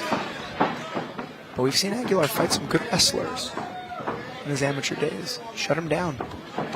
Oh, nice left hand, though, from Engbrock. Aguilar takes it well. Right back to moving around. Ian's, sorry to cut you off. No. Really good build for a 35er. Yeah, man, I was about to say that. These 135ers are so big. Yeah, the UFC had a card in California recently, and they always released the weigh-ins weight and then the post-fight weight, and there was the 35ers. They were 3 out of the 4 heaviest fighters on Fight Night were bantamweights. Wow. What were they at, if you don't Right at mind 155 at the biggest. And then the other guy who was in the top 4 was a 25er. So it was the smaller weight class fighters that ended up putting on the most weight.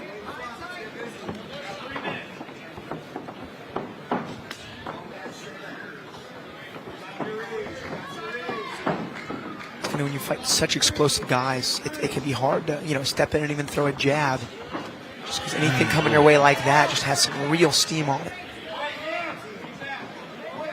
Yeah, very slick there. Seeing that distance, and Engbrock, instead of throwing a punch, throws that elbow just right at the end of it.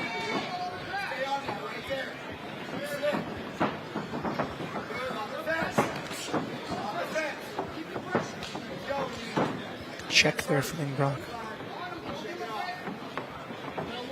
Yeah, Aguilar looking a lot more measured round 1. Ooh. Oh, man, big Spinning connect. back elbow, but Engbrock rolls with it and throws the left hand to counter.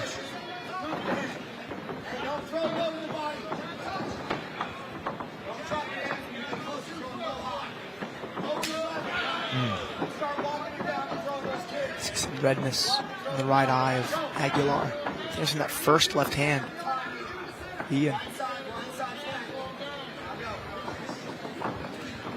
Another good check. Oh. That question mark kick was very slow until that last foot before it reached his head. Yeah. Wow.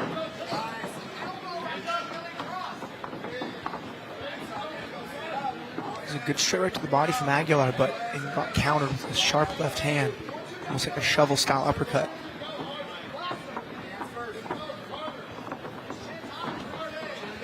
Yeah, Aguilar kind of showing his cards here when he's not doing a particularly good job of setting up those kicks. So he's kind of forecasting those kicks way before he throws them.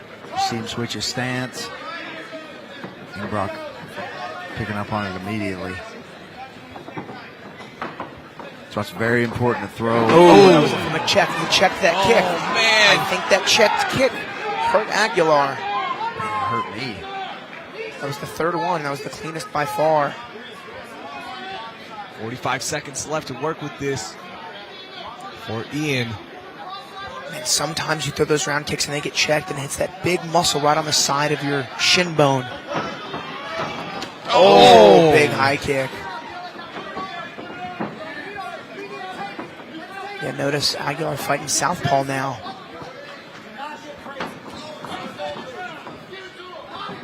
Which is bad. I mean, he found his footing.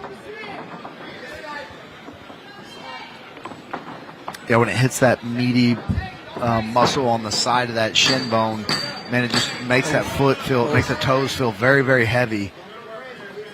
Yeah, it hits different.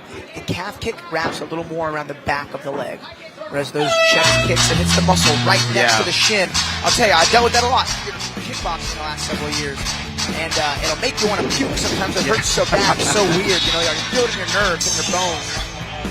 Is that a lingering pain, or like can we expect it to see a residual hit again effect? for sure, but it's something that will go away. Okay. So the highlights: the left hand of Ingbrock's been super sharp. That long left hand there from Ingbrock. There's that spin back elbow that landed well, but Ingbrock again counters. See if we can't get that checked kick.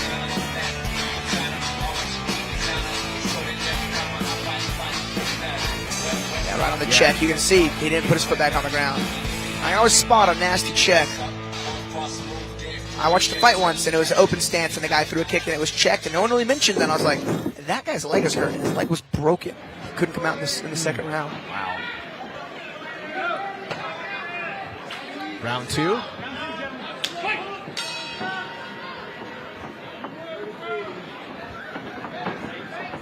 A lot of times the footing will be fine, but you just won't want to throw that kick again.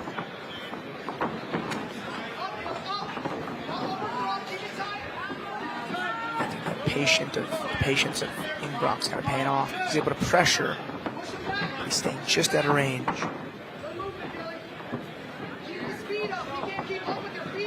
Yeah, the ability to keep that your feet in the correct position to walk. As you pick your leg up, your toes kind of follow your, they fall to the ground as you pick your leg up.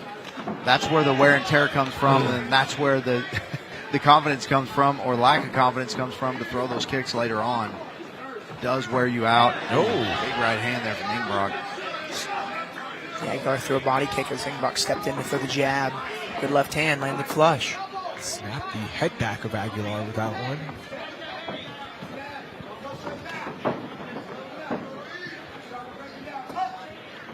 It's bothering the right eye of Aguilar. Oh, nice high kick.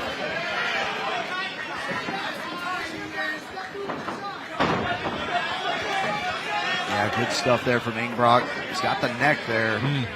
Aguilar's got to be careful. He needs to let go of that leg.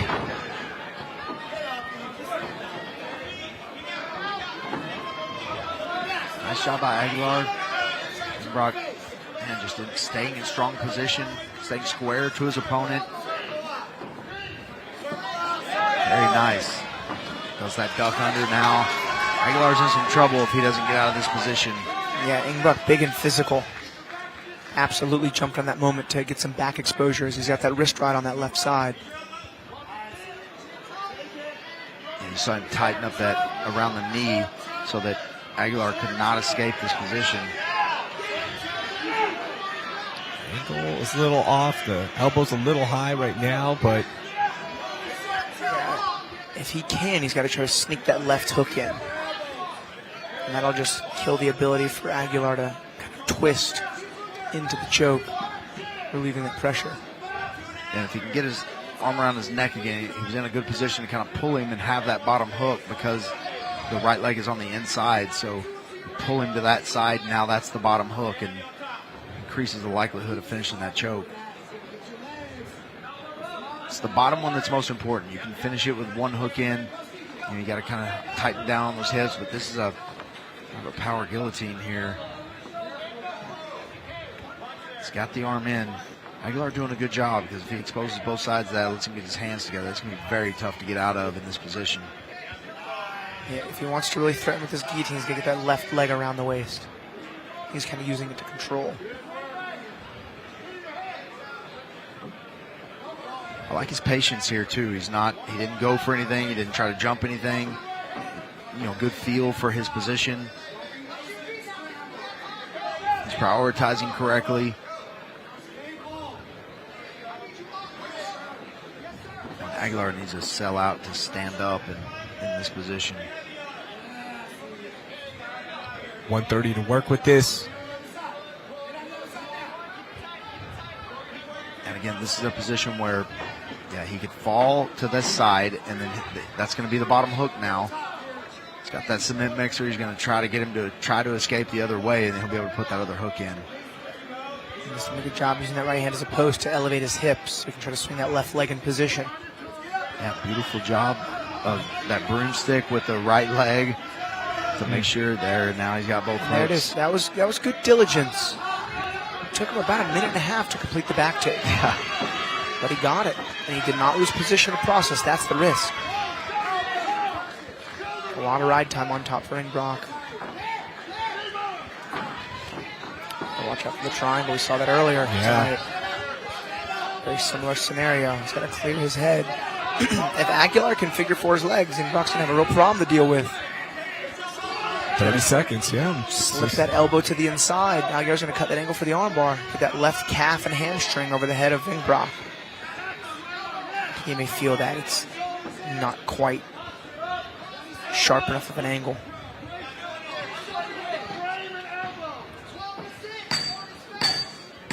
Ten seconds.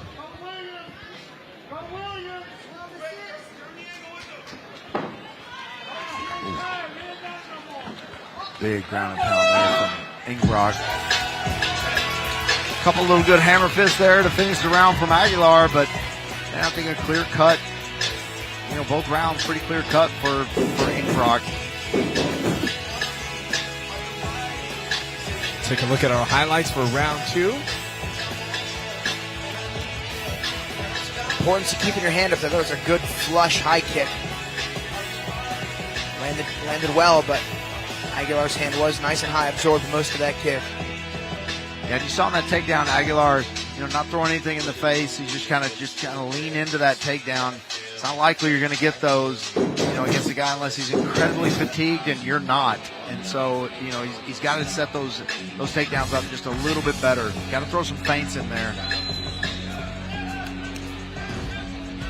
I think this is where all of the cage time of Ingbrock's really going to play a significant factor. He's been here before many times.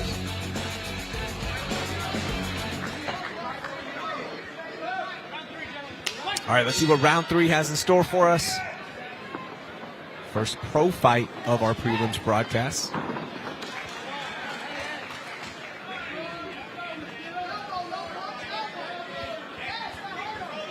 Yeah, I think Ingbrock has had so much success on the ground, especially in round two.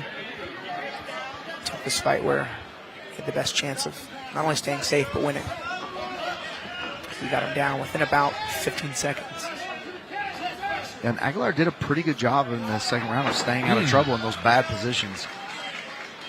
Ingbrock kind of manhandling here in the third round, though. Yeah.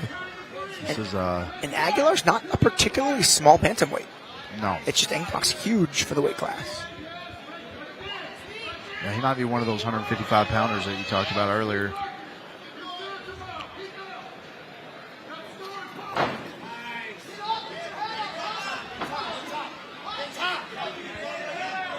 Ingbrock not able to get over the back to get that other hook.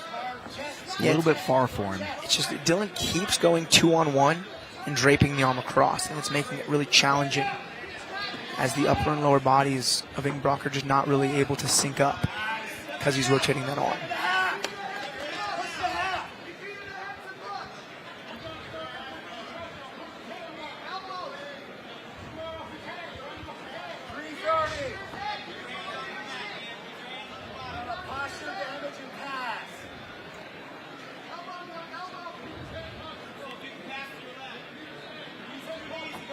Ingbrock in control here. Not a lot of damage here so far, but Dylan kind of stalling there a little bit on the bottom until trying to make some space there by putting the feet in the hips. Ingbrock pretty wise to it.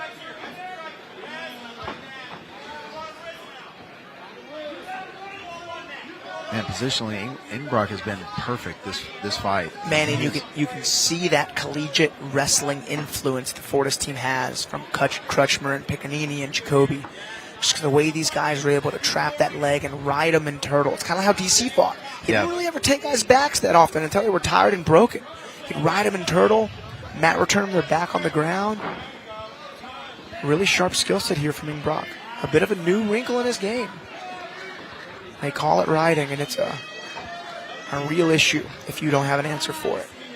Yeah, if you've ever rolled with a wrestler and felt the pressure just and how constant it is, especially a young wrestler, man, it is it's frustrating. It just zaps every bit of the power out of you.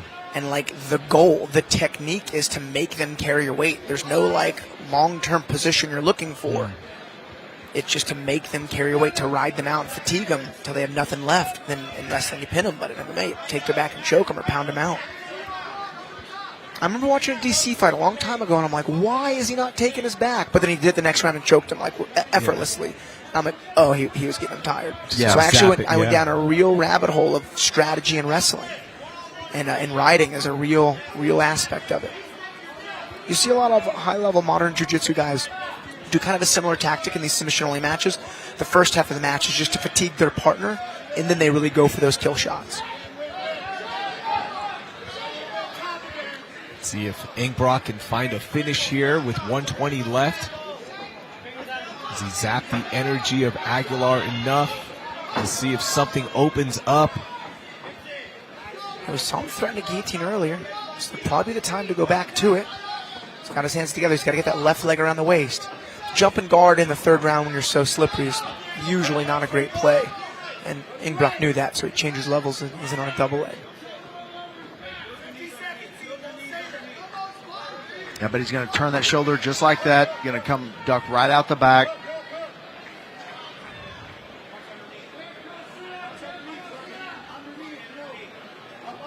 Yeah, you can definitely see some Nick Piccinini and Jacoby Smith influence in here. I'll tell you, the one you haven't seen yet is Kyle Crutchmer. Fought Bellator for some time. Yeah. Free agent now. But man, those guys can just wrestle. It is something to see.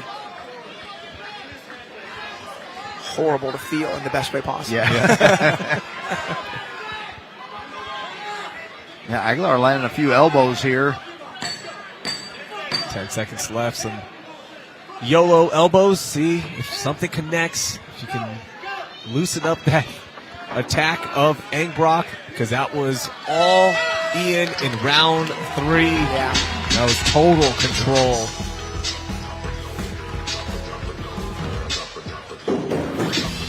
Good work there for Ian Ingbrock.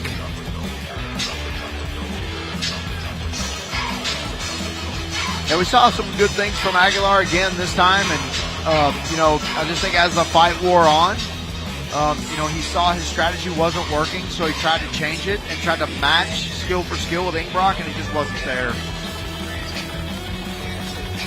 Ingbrock with a very well-rounded game here. Striking was looking really sharp. Wrestling was great. Aguilar just never really able to find his footing, find his groove.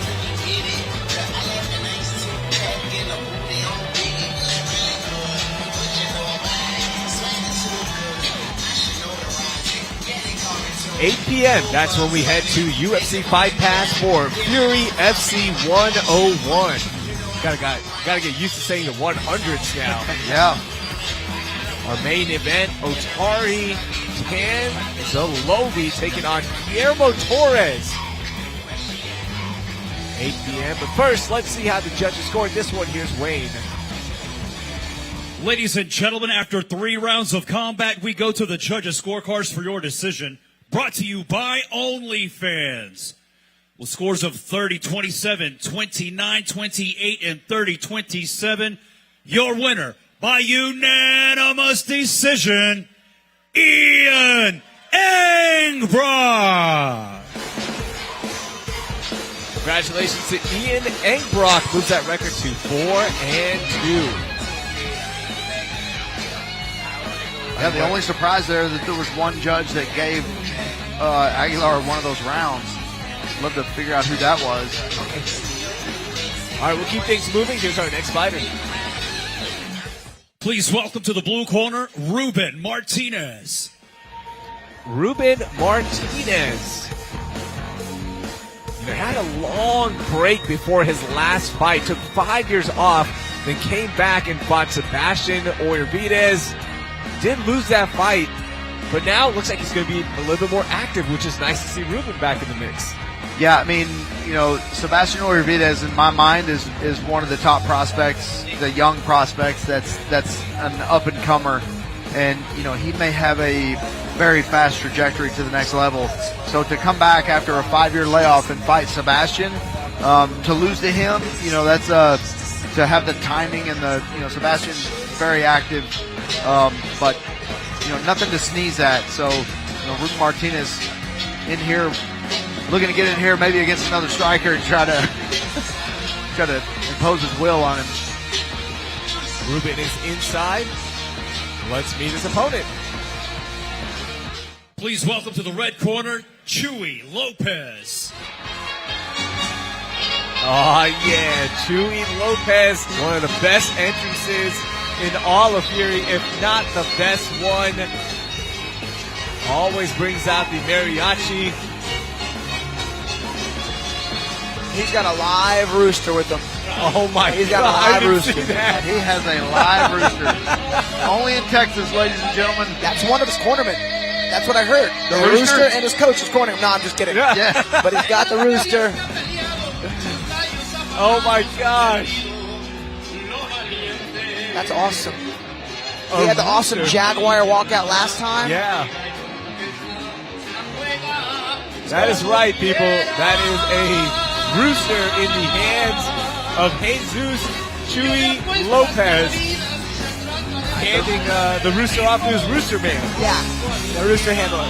Do you have a rooster man in your entourage, Alex? Looks like I gotta hire somebody. I got a spot open if anyone wants to apply. Yeah, it's gonna be me until somebody takes that spot. It looks like.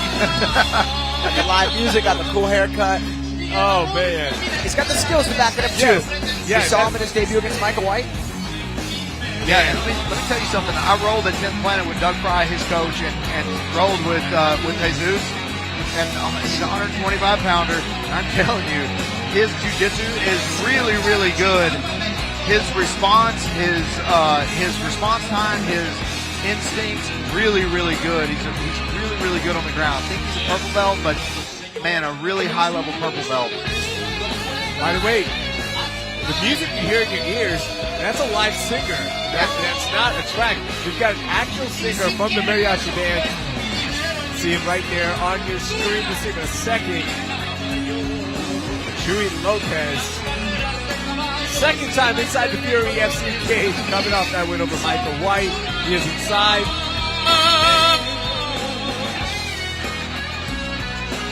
All right. Ladies and gentlemen, the following contest brought to you by the Fury Unleashed podcast, available on Apple, Spotify, and YouTube, is scheduled for 3 rounds at a Fury FC catchweight of 130 pounds. Introducing to you first, fighting out of the blue corner, This mixed martial artist stands 5 feet 5 inches tall, and he weighed in officially at 130.6 pounds. Fighting out of San Antonio, Texas, tonight he looks for his 3rd win as a pro. Here is Ruben Nova King Martinez. And introducing his opponent across the cage, fighting out of the red corner.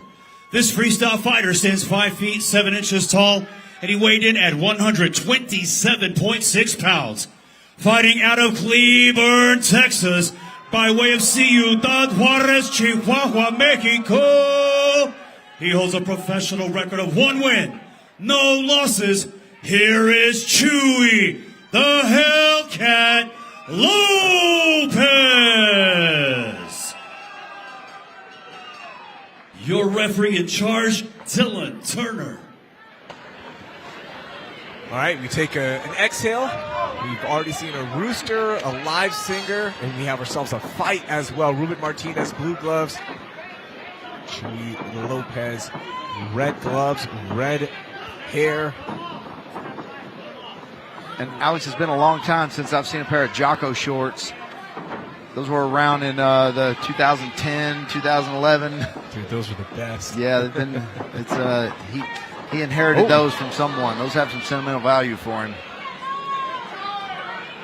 Good shot from Martinez, but he is trapped in a gilly here. From what I hear from a good source, Chewy's got some good jiu-jitsu. Yeah.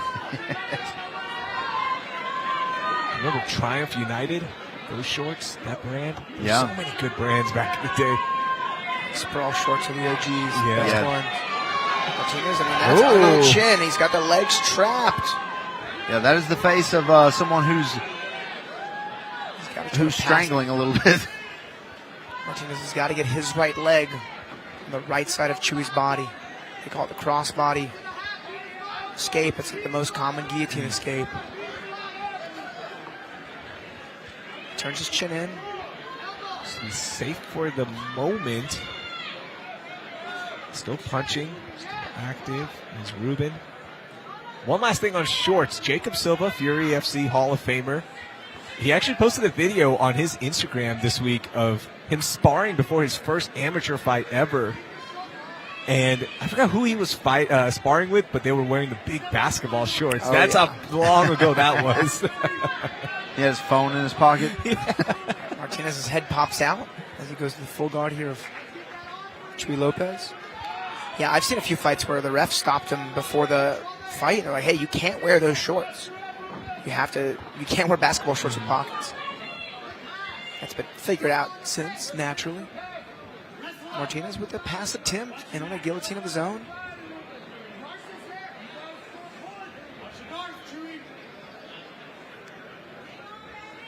This is where Chewy probably doesn't want to be because I think he has a clear stand-up advantage.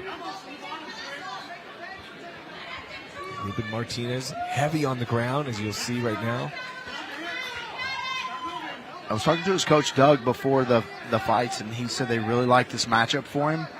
I don't think they anticipated ever being on the bottom, though, because it looks like Chewy is the smaller of the two fighters, maybe. Yeah, Martinez, he blasted that double leg. Really, really good timing and even better commitment.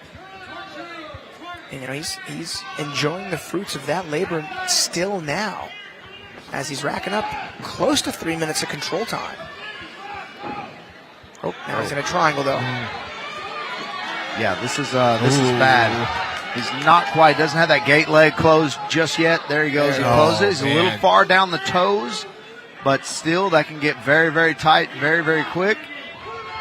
Yeah, I'd be surprised if we see an escape here. This is as deep as they get. Yeah, that is tight. Is this going to be enough? Yeah, There's the that's tap.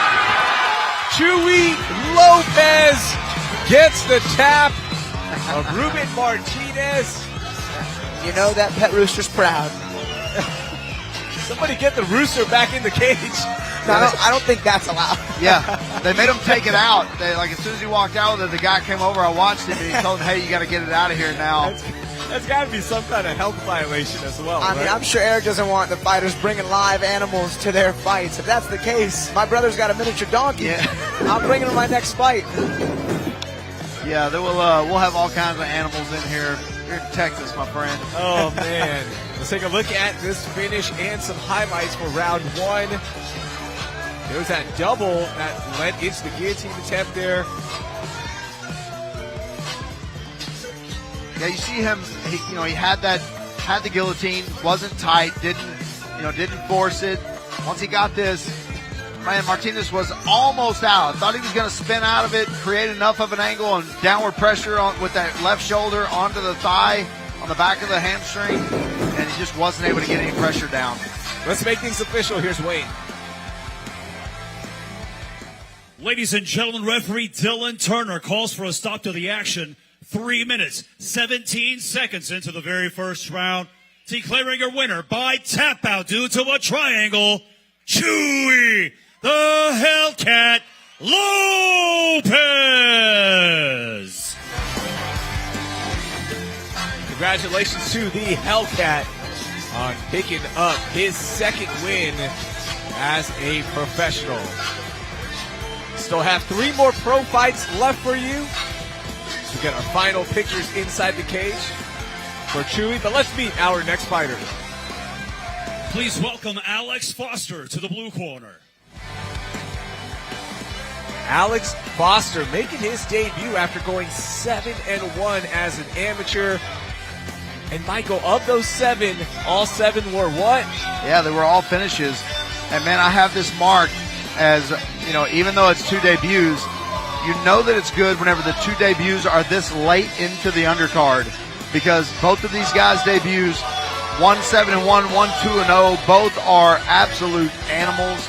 One out of Factory X Muay Thai. Alex Foster coming out of Factory X Muay Thai, only 22 years old, already 8 fights into his career, albeit them amateur fights. But when you're finishing guys at that level and at that pace, that says something about this young guy. And check this out, Michael. Alex Foster didn't wrestle in high school, but then went to college and was a 2-year starter for Carl Albert State College. Yeah, that's incredible. Yeah, from 0 to college, you don't see that very often in wrestling. No, and you know how many losses he had to take in that first, few weeks to be able to, to start developing that skill. I mean, that's very impressive. He loves MMA. He is all in on this. Is Alex Foster. Last fight, however, as an amateur was March of 2022. So it's been almost 3 years now since he fought. He did have a boxing match in September of 2023, but he has taken his time between his amateur fights to the debut now. And that's smart. He's got the time to do it too.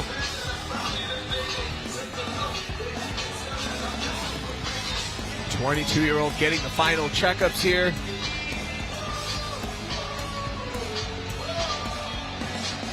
The infamous Alex Foster is inside. Let's meet his opponent. Please welcome to the red corner, Islam Murtazaliev. And as you mentioned, Michael, Islam Murtazaliev also making his debut, went 2-0 as an amateur. But man, there is so much excitement about Islam making his debut, not only here, but also at Kill Cliff FC. Everyone's talking about him. Yeah, and, the guy was an amateur for 2 fights. He never finished a single round. 2 fights, 2 finishes, 1 knockout, 1 sub, and decided to go pro. And here he is at 23 years old and already considered a highly touted prospect at 0-0. And you don't see that very often, Alex.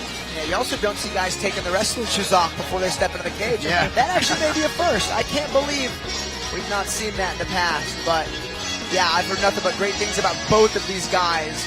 Again, Mike, like you said, this is, despite being 2 debuting pros, it's almost as good as it's going to get for an undercard. Yeah.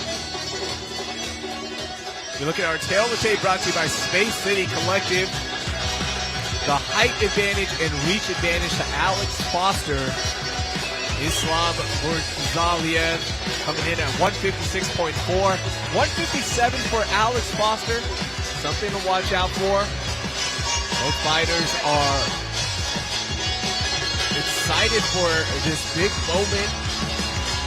highly anticipated debut for both of these fighters.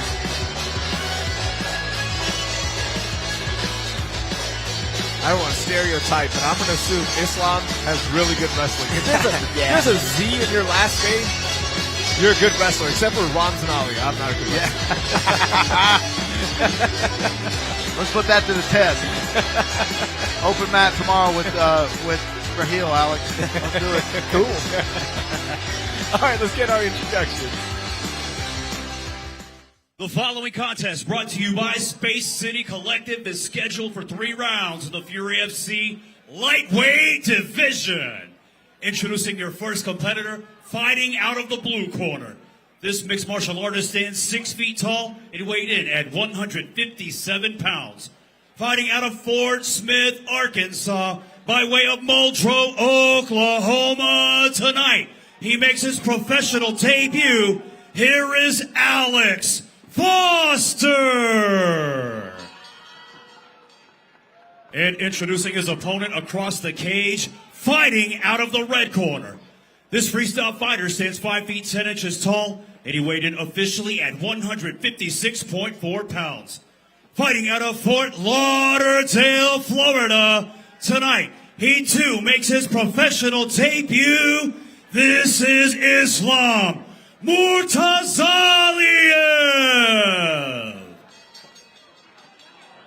Your referee in charge, Don Turnage. All right, let's get this one going. Highly anticipated lightweight fight. Blue gloves for Alex Foster. Islam Murtazaliev, excuse me, in the red. Foster's in on a strong position early on. Yeah, and Foster being the more experienced guy, we'll see how this plays out. But man, just the more experienced guy going in there and trying to wrestle the wrestler, maybe kind of just throwing him off his game a little bit. I don't know, Kimura. I mean, a cool attempt, a bit out of position though. Plays in on that. I mean, I think that'd be so hard to.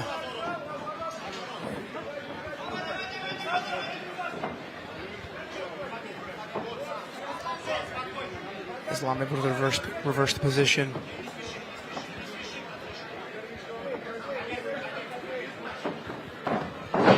Transitions to that single as Islam navigates around this potential triangle armbar as he settles in the closed guard. Foster.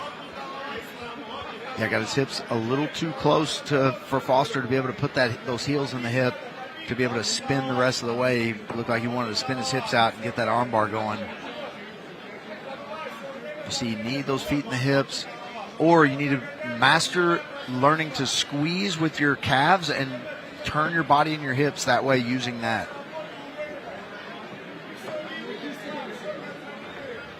Heavy pressure here from Islam on top.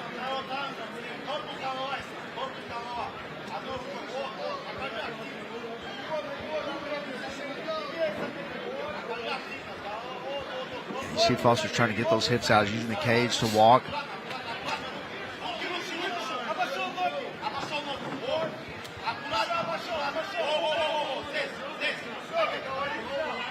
Both guys looking for some hammer fists. Islam in the better position, but Foster, no lack of creativity. The moment that guard opened up, he threw that right hammer fist hard. Islam felt it and returned a few of his own. Islam using pretty classic, top half guard positioning. He's got the deep underhook with that right arm, keeping that left knee really tight to the body. They're keeping the right knee centered, like on the butt and really, really close, so they can't kind of use that hook on that leg. Doesn't really do anything to you, but it does hold your position just a little bit for long enough for them to make some space. Foster was thinking about a Kimura, but just Oh, and he's got it. yeah, he's got it. That's more than a thought. This is a genuine attempt at this catch. To an armbar. Man. S escapes out of it. Beautifully does Islam. Wow. Man, Alex Foster is a sniper, man. That was awesome. Yeah, that was an awesome transition. Beautiful chaining there. I mean, and talk about turning 2 minutes of getting controlled time into arguably, judging in your favor. I mean, it almost looked now like he was doing that on purpose. Darce choke thought here from Islam. We'll see if he can't make it an attempt himself, much like Foster did with that Kimura. Yeah, I really like to grab that leg with the top leg, grab their inside leg with that top leg. With this grip, you can choke, you can strangle someone from that position. Nice reversal from Foster there. Islam quickly back up to his feet, but Foster now in the better position. Man, Foster's showing his experience here. 8 fights versus 2 fights. And both fights of Islam's, remember, never got out of the first round. So he's got maybe a total of 1 round of experience. I'm sure a ton in the gym. But, man, just some fight experience looking like the difference here to me. Man, I'd be curious how these judges are going to score this round. I mean, Islam had top position. He did a little bit of ground and pound. Good guillotine attempt here, though. As Foster uses to get a takedown and goes cross body. I mean, Foster has attacked more on the ground. I mean, that Kimura was legit. That armbar was even more legit, as he's now in on a 10-finger guillotine himself. Islam fighting the hands. He's got that 10-finger he's guillotine. Sitting on it hard. Slips out. Seems like there's an answer for everything for Foster. Hey, this is plenty of time. 10 seconds. You can put somebody out. No way! Islam with the head arm choke in the last 8 seconds of the fight. Islam Murtazaliev with 6 seconds left in the round. Wow. Gets the finish. And Michael, you called it. He said there's plenty of time. That happened right at the 10-second bell. Yeah, usually about 8 seconds is, if you can get under 8 seconds, you can usually withstand that unless the pressure is just extremely heavy. And man, he got it with 10 and it took 4 seconds to finish that choke, Alex. And that was awesome. Man, what a 1-round fight. That was beautiful by both guys. Both guys are highly, highly skilled, and man, you're going to see both of these guys very successful in the future. Now, what a beautiful chain Foster put together there. Man, what a show of resilience there from Islam. Yeah. And then right into this. That's 10 seconds left, ladies and gentlemen. 1, 2, 3, 4, and there's the tap. 5 or 6, 4, 5, 6 seconds in there somewhere. But I'm telling you, 8 seconds is about as long as you can last. Let's make things official. Ladies and gentlemen, the end comes 4 minutes, 53 seconds into the very first round. Declaring a winner by tap out due to an arm triangle, Islam Murtazaliev.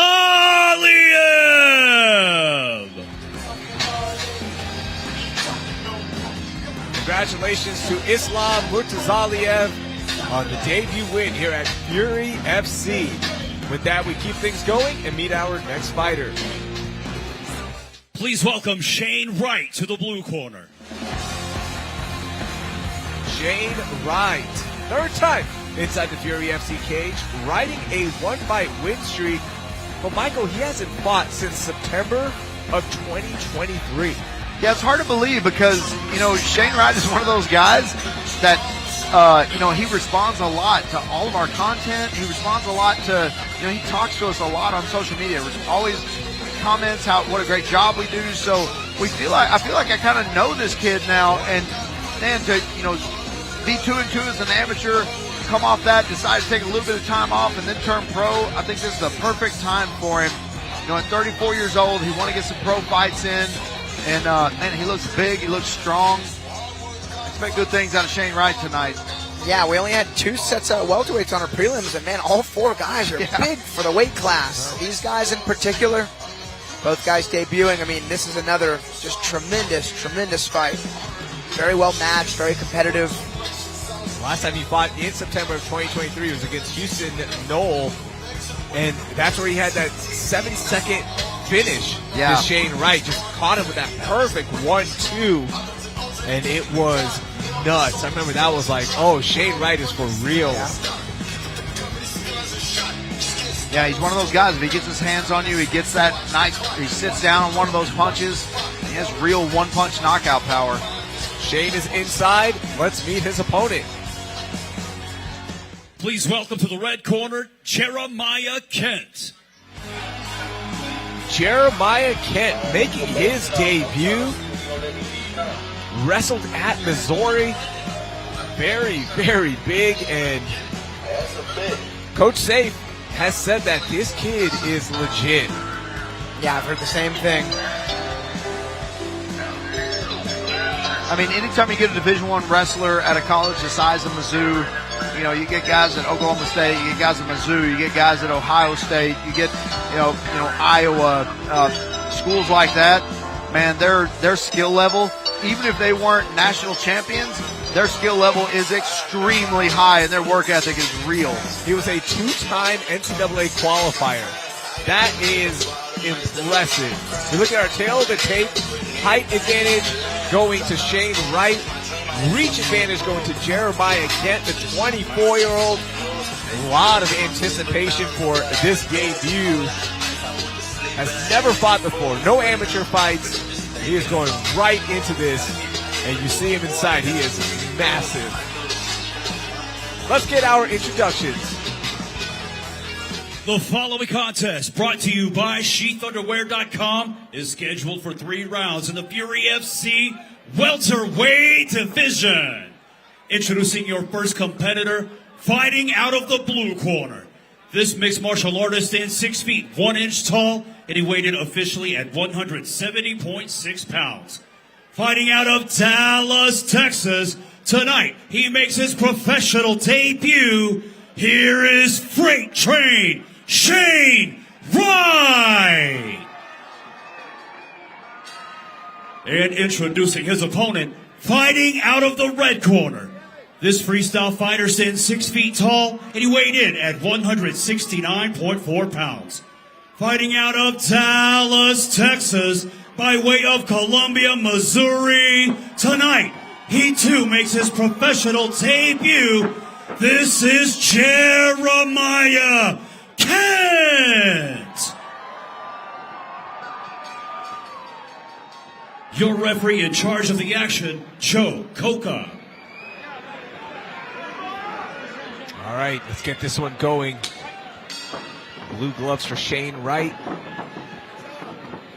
Red for Jeremiah Kent.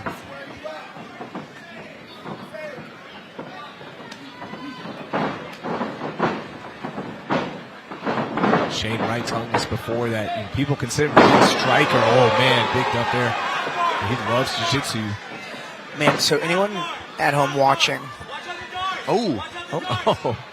That duck under Darce. So his left arm's in a good spot as Kent. He's really kind of out of danger. But I was talking to a friend who wrestled in college. He's also a jiu-jitsu black belt. I said, what's the difference between a state wrestler in high school and a collegiate wrestler? Give me a jiu-jitsu analogy.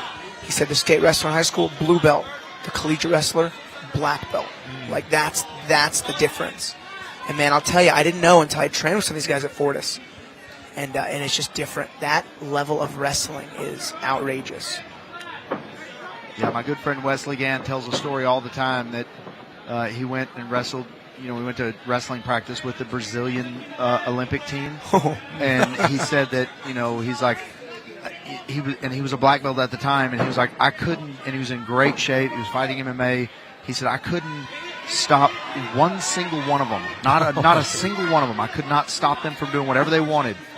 So I went over and trained because it was the males and female team, the Olympic team.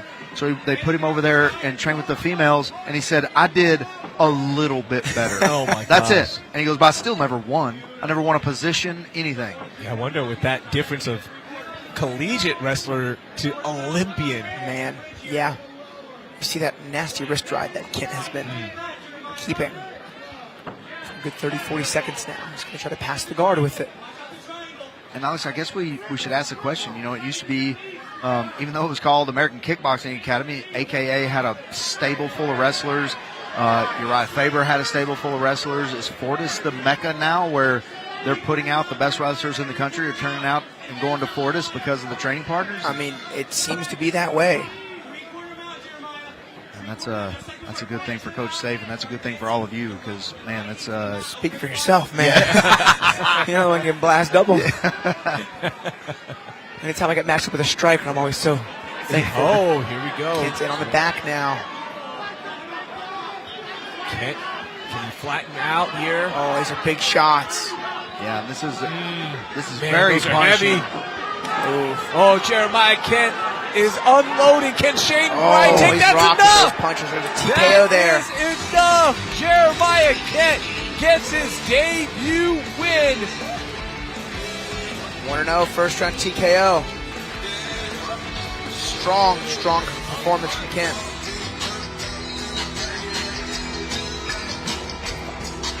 And do we, we talked about it on their way out, Alex. We had 470 welterweights that were very big. I mean, do we see the two winners tonight at this welterweight division? We see them go next? So what's funny is one of them was an amateur, Kent being a pro, and their teammates at Fortis. So I'm going to go with a hard no on that. Okay, no. That's right. It was Woods. Woods in here earlier, big 170. And Fortis killing it. 4-0 for the night. Yeah. 2 more fights to go. Yeah, I'm not surprised.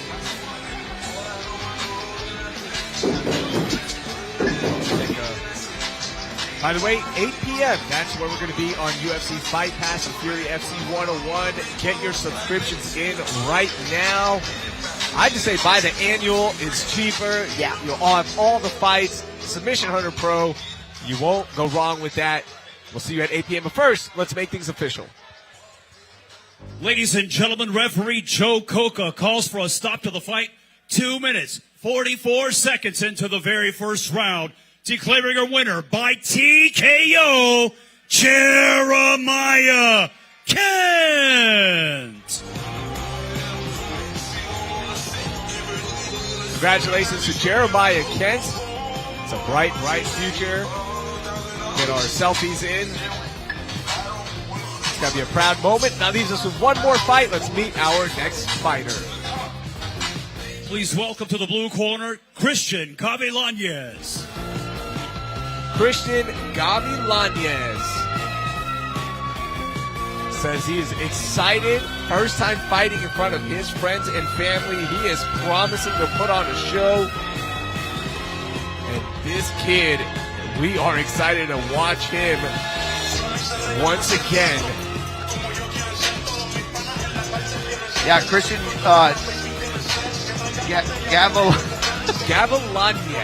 Gavilanes. Christian Gavilanes won his debut, 21 years old, won his debut by rear naked choke in round 1. Was 5-1 as an amateur, and 5 of those 6 fights went to decision. So again, a lot of experience in here, a lot of ring time in here for a 6-fight amateur, and with a 1 pro win under his belt. Started training at the age of 13 in Ecuador. Transitioned to wrestling at the age of 15 here in the United States. First MMA fight at 17. And now 4 years later, here we are. Coming in with a 1-0 record for Christian Gavilanes. Yeah, fun geography fact. The country of Ecuador got its name. It means equator. It sits right on the equator. I actually didn't know that, and I'm a big geography guy. I watched a fun video and learned something new. Christian is inside. Let's meet his opponent. Please welcome to the red corner, Gabe Calvario. One-time Gabe. 4-time inside the Fury FC cage. Riding a 1-fight win streak is Gabe Calvario. Big knockout. I remember that was for, I believe, the Challenger Series card. Man got a stunning 1-punch KO, and his one loss is to Penna Alamov, who we're going to see in our co-main event of the evening. So that's a lost decision that's aged well. Yeah, 1 time is 2 times 1, both by KO. Got super sharp boxing. Always a fun guy to watch. I think he's one of the few guys at Fortis, not a super credentialed collegiate wrestler, but what he lacks in the takedown explosivity, he makes up for in the boxing. And you know his MO when he fights. He likes to throw hands. He likes to stay sharp. He's got a lot of power in both. We look at our tail of the tape brought to you by Warbringer Southwest Bourbon. reach advantage to Christian, height advantage as well. The 21-year-old getting ready to take on the 31-year-old network engineer, Gabe Calvario. I always got to bring that up. That's impressive. Both fighters are inside. Let's get our introductions. The following contest, brought to you by the Big Beast of Bourbon, Warbringer Whiskey, is scheduled for 3 rounds in the Fury FC Lightweight Division. Introducing to you first, fighting out of the blue corner. This mixed martial artist stands 5 feet 9 inches tall, and he weighed in officially at 154.6 pounds. Fighting out of Fort Worth, Texas, by way of Ambato, Ecuador, he holds a professional record of 1 win, no losses. Here is Christian El Tigre Gavilanes.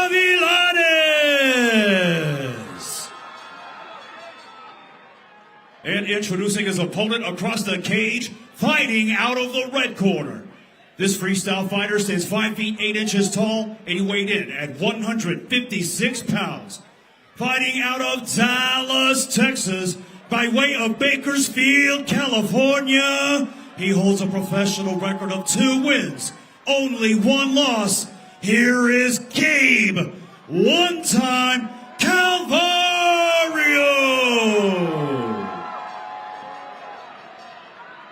Your referee in charge of the action, Dylan Turner.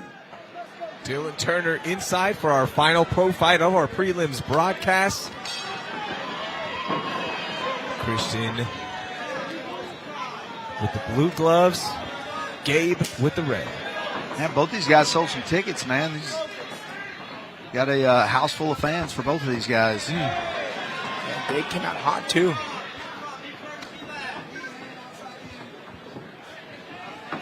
Calvario coming out with that big overhand right. Nice timing on that clash, on that jab. Gavilanes looking for the low kicks.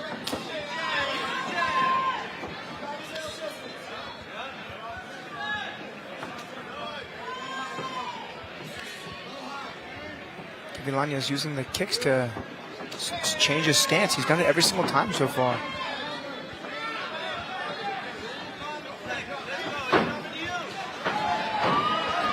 Shut down by Gabe. Now Gavilanes was persistent with that takedown. Got stuffed once, tried it again. Calvario stuffs it twice, makes some distance and back to their feet.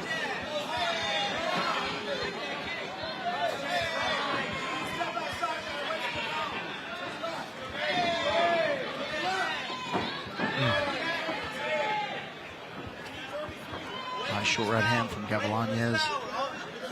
If I'm not mistaken, it was a punch out of the clinch. That one-time hit in his last fight, getting that walk-off KO.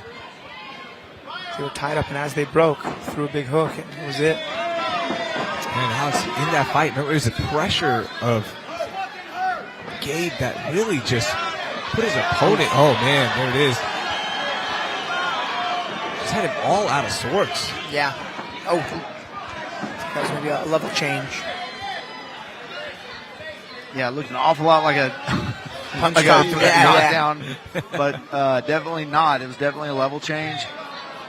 Something did connect, but at the very top of the head, Gavilanes still being aggressive here. And he's still upset that he got poked in the eye earlier. He's turned it up a notch since that eye poke.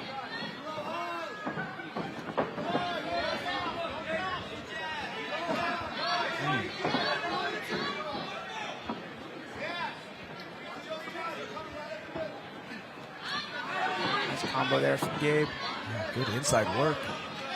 A lot of kicks from Gavilanes. Some good body work there from Gabe.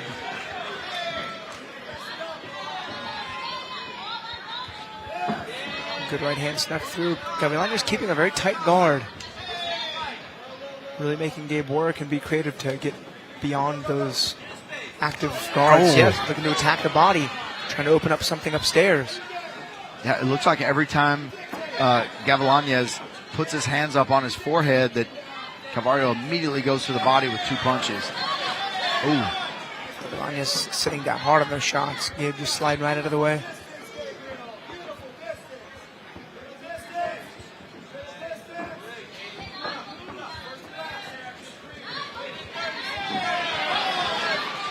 Yeah, good exchange there. 2 punches landed by Calvario, and then answered with a knee there from Gavilanes. Yeah, just hung in there a little second too late there. Gavilanes not exploding through those takedowns, just kind of dropping down and trying to pull Calvario into that single leg instead of running through it.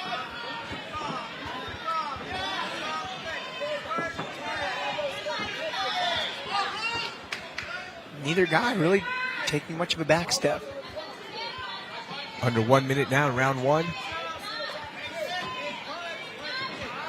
That was a nice 4-punch combo there from Gabe. Nothing landing super clean. Downward elbow there from Gavilanes. Gabe a little more conventional with his striking offense. Gavilanes throwing a lot of kicks.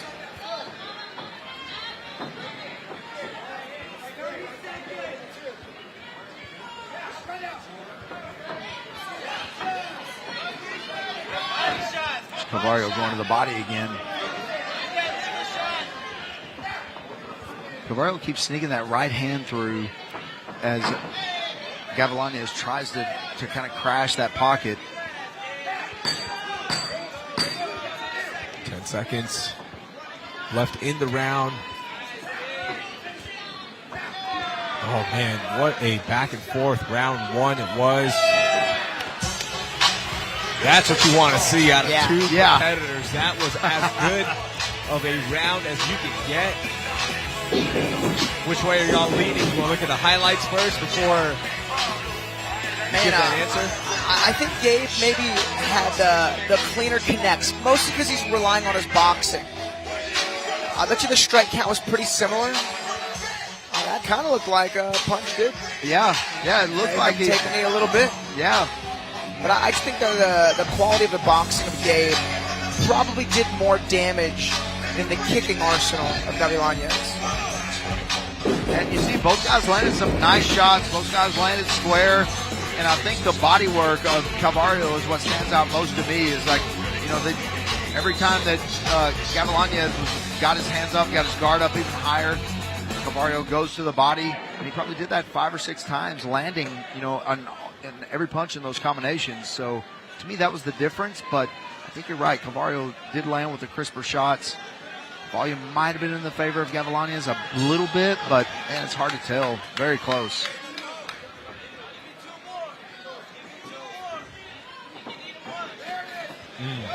I like that body work of Gabe.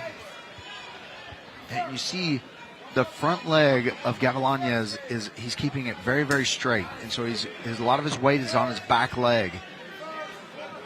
I think Calvario is seeing that, feigning to the face.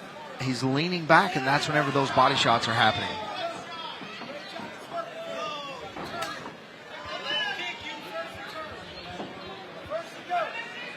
Sometimes it's the most simple instructions from the corner. Calvario's corner said, don't let him kick you. Yeah. Sometimes you just need a reminder. Oh, man. Good left there on the stand-up. Man, that was a beautiful defense there from Calvario. Perfect angle. Ooh, nice right hand. That may have stumbled Gavilanes just a little bit.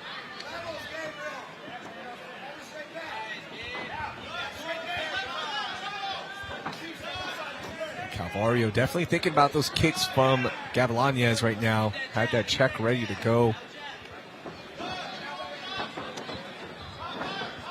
He's doing a great job shutting these takedowns down, this Gabe Calvario. Yeah, even when Gavilanes has closed the space, Calvario does a great job of creating more with angles and movement. Beautiful job of just stuffing those time after time.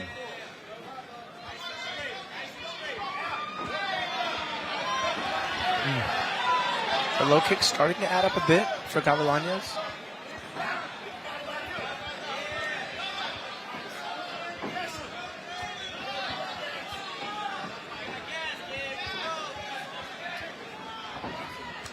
Nice take to the body there from Gabe. That was the best one yet. Is that liver hook? It's a bit of a counter punch there going to the body. Nice counter. Good right hand there, yeah.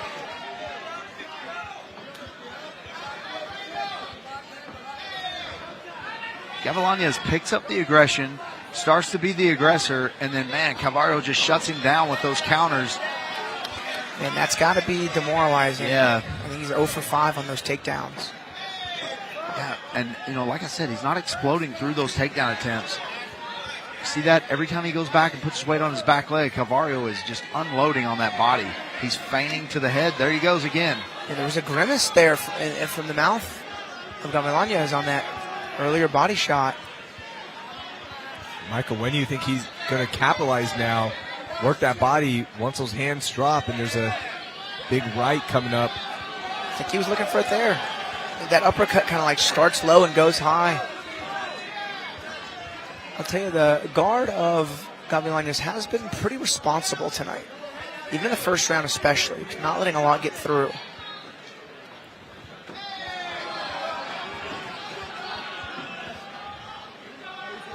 Calvario's so in the zone, didn't even notice the connect on the cup. Alex Pereira moment there. Oh, man, going to the body again.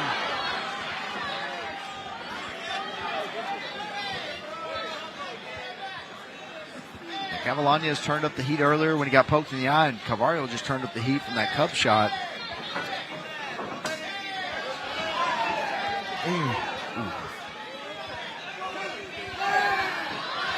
And Calvario is starting to connect in some pretty devastating spots. Body shot with a left hook. See my heel right there. He threw that right hook to the body and that left hook to the top over top. So notice he was going right hook, left hook to the body both times. I think that's the first time he kind of changed that one up. And both punches landed really clean. Gavilanes showing some toughness here. He's taking some hard shots in this round, especially in the last minute. And you see just Gavilanes just not exploding through those takedown attempts. And I know it's hard, this far into the fight. Oh, man, he is unloading his Calvario. 20 seconds left in round 2. Man, what a fight. These guys are not backing down an inch. Boxing match with low kicks. Man, big body shots. Nice leg kick. Gavilanes giving a little smile there, which means that hurt. Nice, good man. Just picked up right where it left off in round 1. That was great. Wow. Anybody else's midsection sore right now watching that? Yeah, I was leaning over. My ribs were starting to hurt because I was leaning over. Man, watching these body shots. I mean, Calvario, I got to think if this fight ends, it's going to be because of one of those body shots. Maybe not the finishing shots, but it may start something and set up something else because, man, Calvario is just seeing something that he is landing those body shots clean every single time. So watch for those body shots here in the third round with maybe an overhand right or something coming right after it because Calvario is defending after the second punch.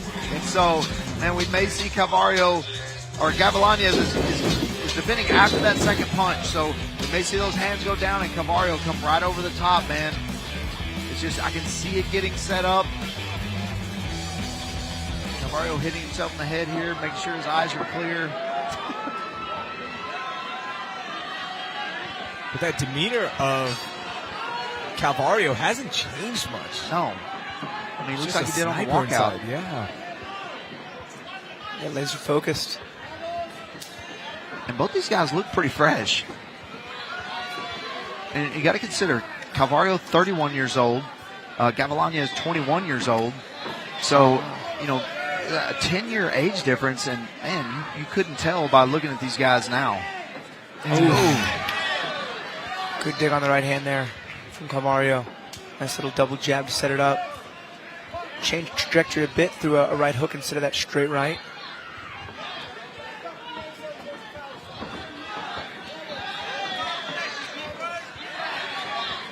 Good head movement, good feints from Gavilanes. And Calvario just a little bit ahead of him. You see he's just missing with that second punch. Sizing up with the jab and then missing with that second punch. Calvario stepping just out of the way. Gavilanes is fighting from both stances, but Calvario's doing a great job circling away from that open side, staying away from those high kicks. Good check there from Calvario. Good combination there from Gavilanes. Calvario fires back though. And these guys still extremely fresh here with 3.5 minutes to go in the third round. Gavilanes now building up some momentum. There's some good forward pressure. It's been the kind of the change of pace in this third round. Strike count staying pretty similar from both guys, but Gavilanes is coming forward a lot more. And I still think the same thing I thought after round one, Alex. I still think Calvario is landing the better shots. I think he's maybe got a little more volume in the second round. And in the third round, I just feel like Gavilanes has that kill or be killed attitude right now. His corner may have told him he's down 2 rounds. He's got to. And you know, he can land 3 good leg kicks, but 1 good right hand upstairs, I feel, is going to outscore that. You know, damage is the factor, and damaging the head, most vulnerable part of the body.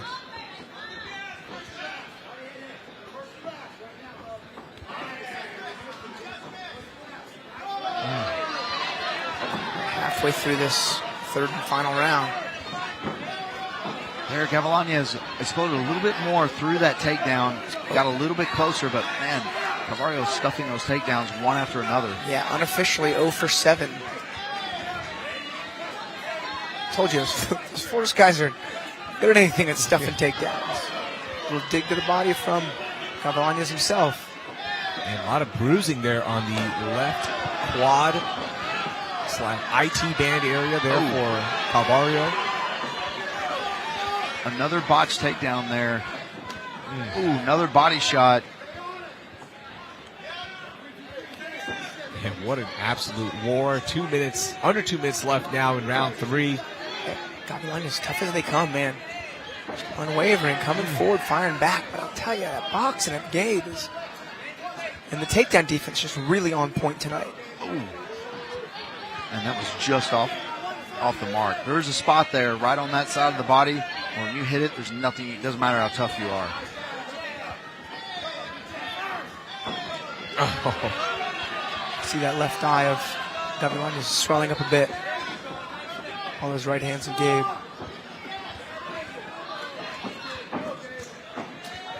Ooh, another body shot. Calvario. Ooh, left hook. That could have been the one that did it, Michael, because that forward momentum. Oh, lead uppercut to rear uppercut. Yeah, I think Gavilanes thought he was going to go to the body again. 2 uppercuts in a row. Man, if he stuffs it, he's 10 for 10 on stuffed takedowns, is Gabe Calvario. Yeah, Calvario making it look easy. That may be a Fury record. We got to get a record keeper here in Fury. Alex, you're the guy. Yeah, hey, I figured you would know off the top of your head. I've watched a lot of Fury fights in my day. I don't know if I've seen 100% takedown defense 10 for 10.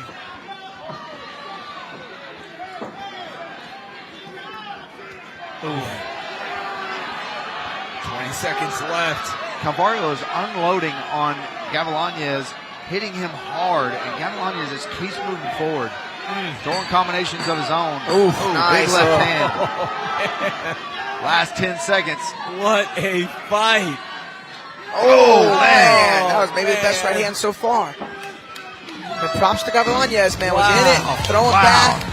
But, man, Gabe he was just too sharp with the boxing. Wow. We'll see what these judges say. Man, what a fight. Fine fight. A good performance there. Both of these guys, but especially Gabe Calvario.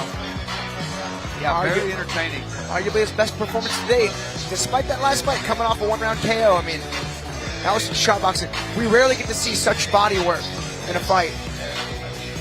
Takes 2 to tango, too. I mean, that was a perfect fight from a spectator's point of view. Absolutely. That was a perfect fight. Had stuff takedowns, had a lot of action. Both guys landing well. The pace was really good. That was a very entertaining fight. I love that.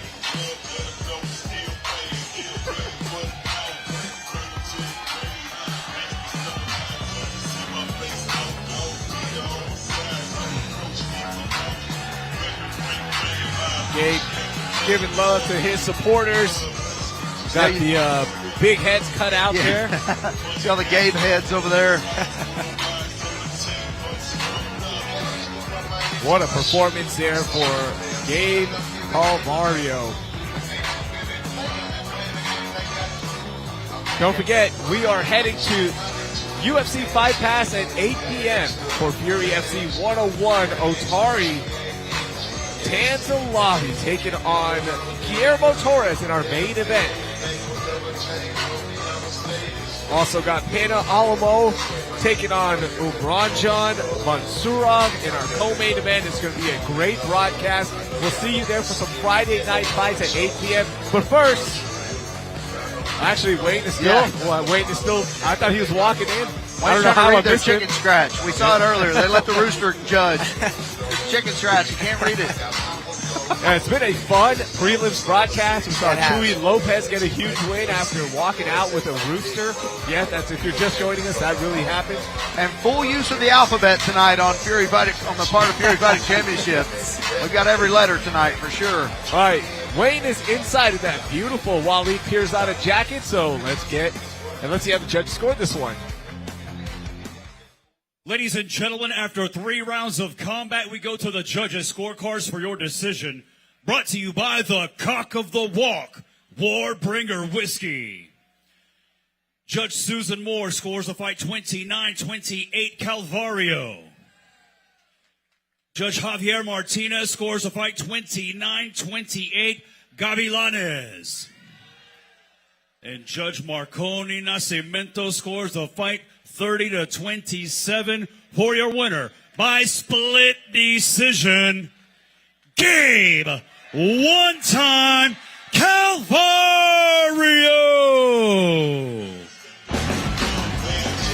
Congratulations to Gabe Calvario and all of the winners here on our prelims broadcast. We will see you at 8 p.m. Central Standard Time on UFC Fight Pass for Fury FC 101. On behalf of the entire Fury team, for DNA Studio Productions, for Alex Morono, for Michael Alexander, I'm Rahil Ramzan Ali. We will see you on UFC Fight Pass at 8 p.m. for Fury FC 101. Start on UFC.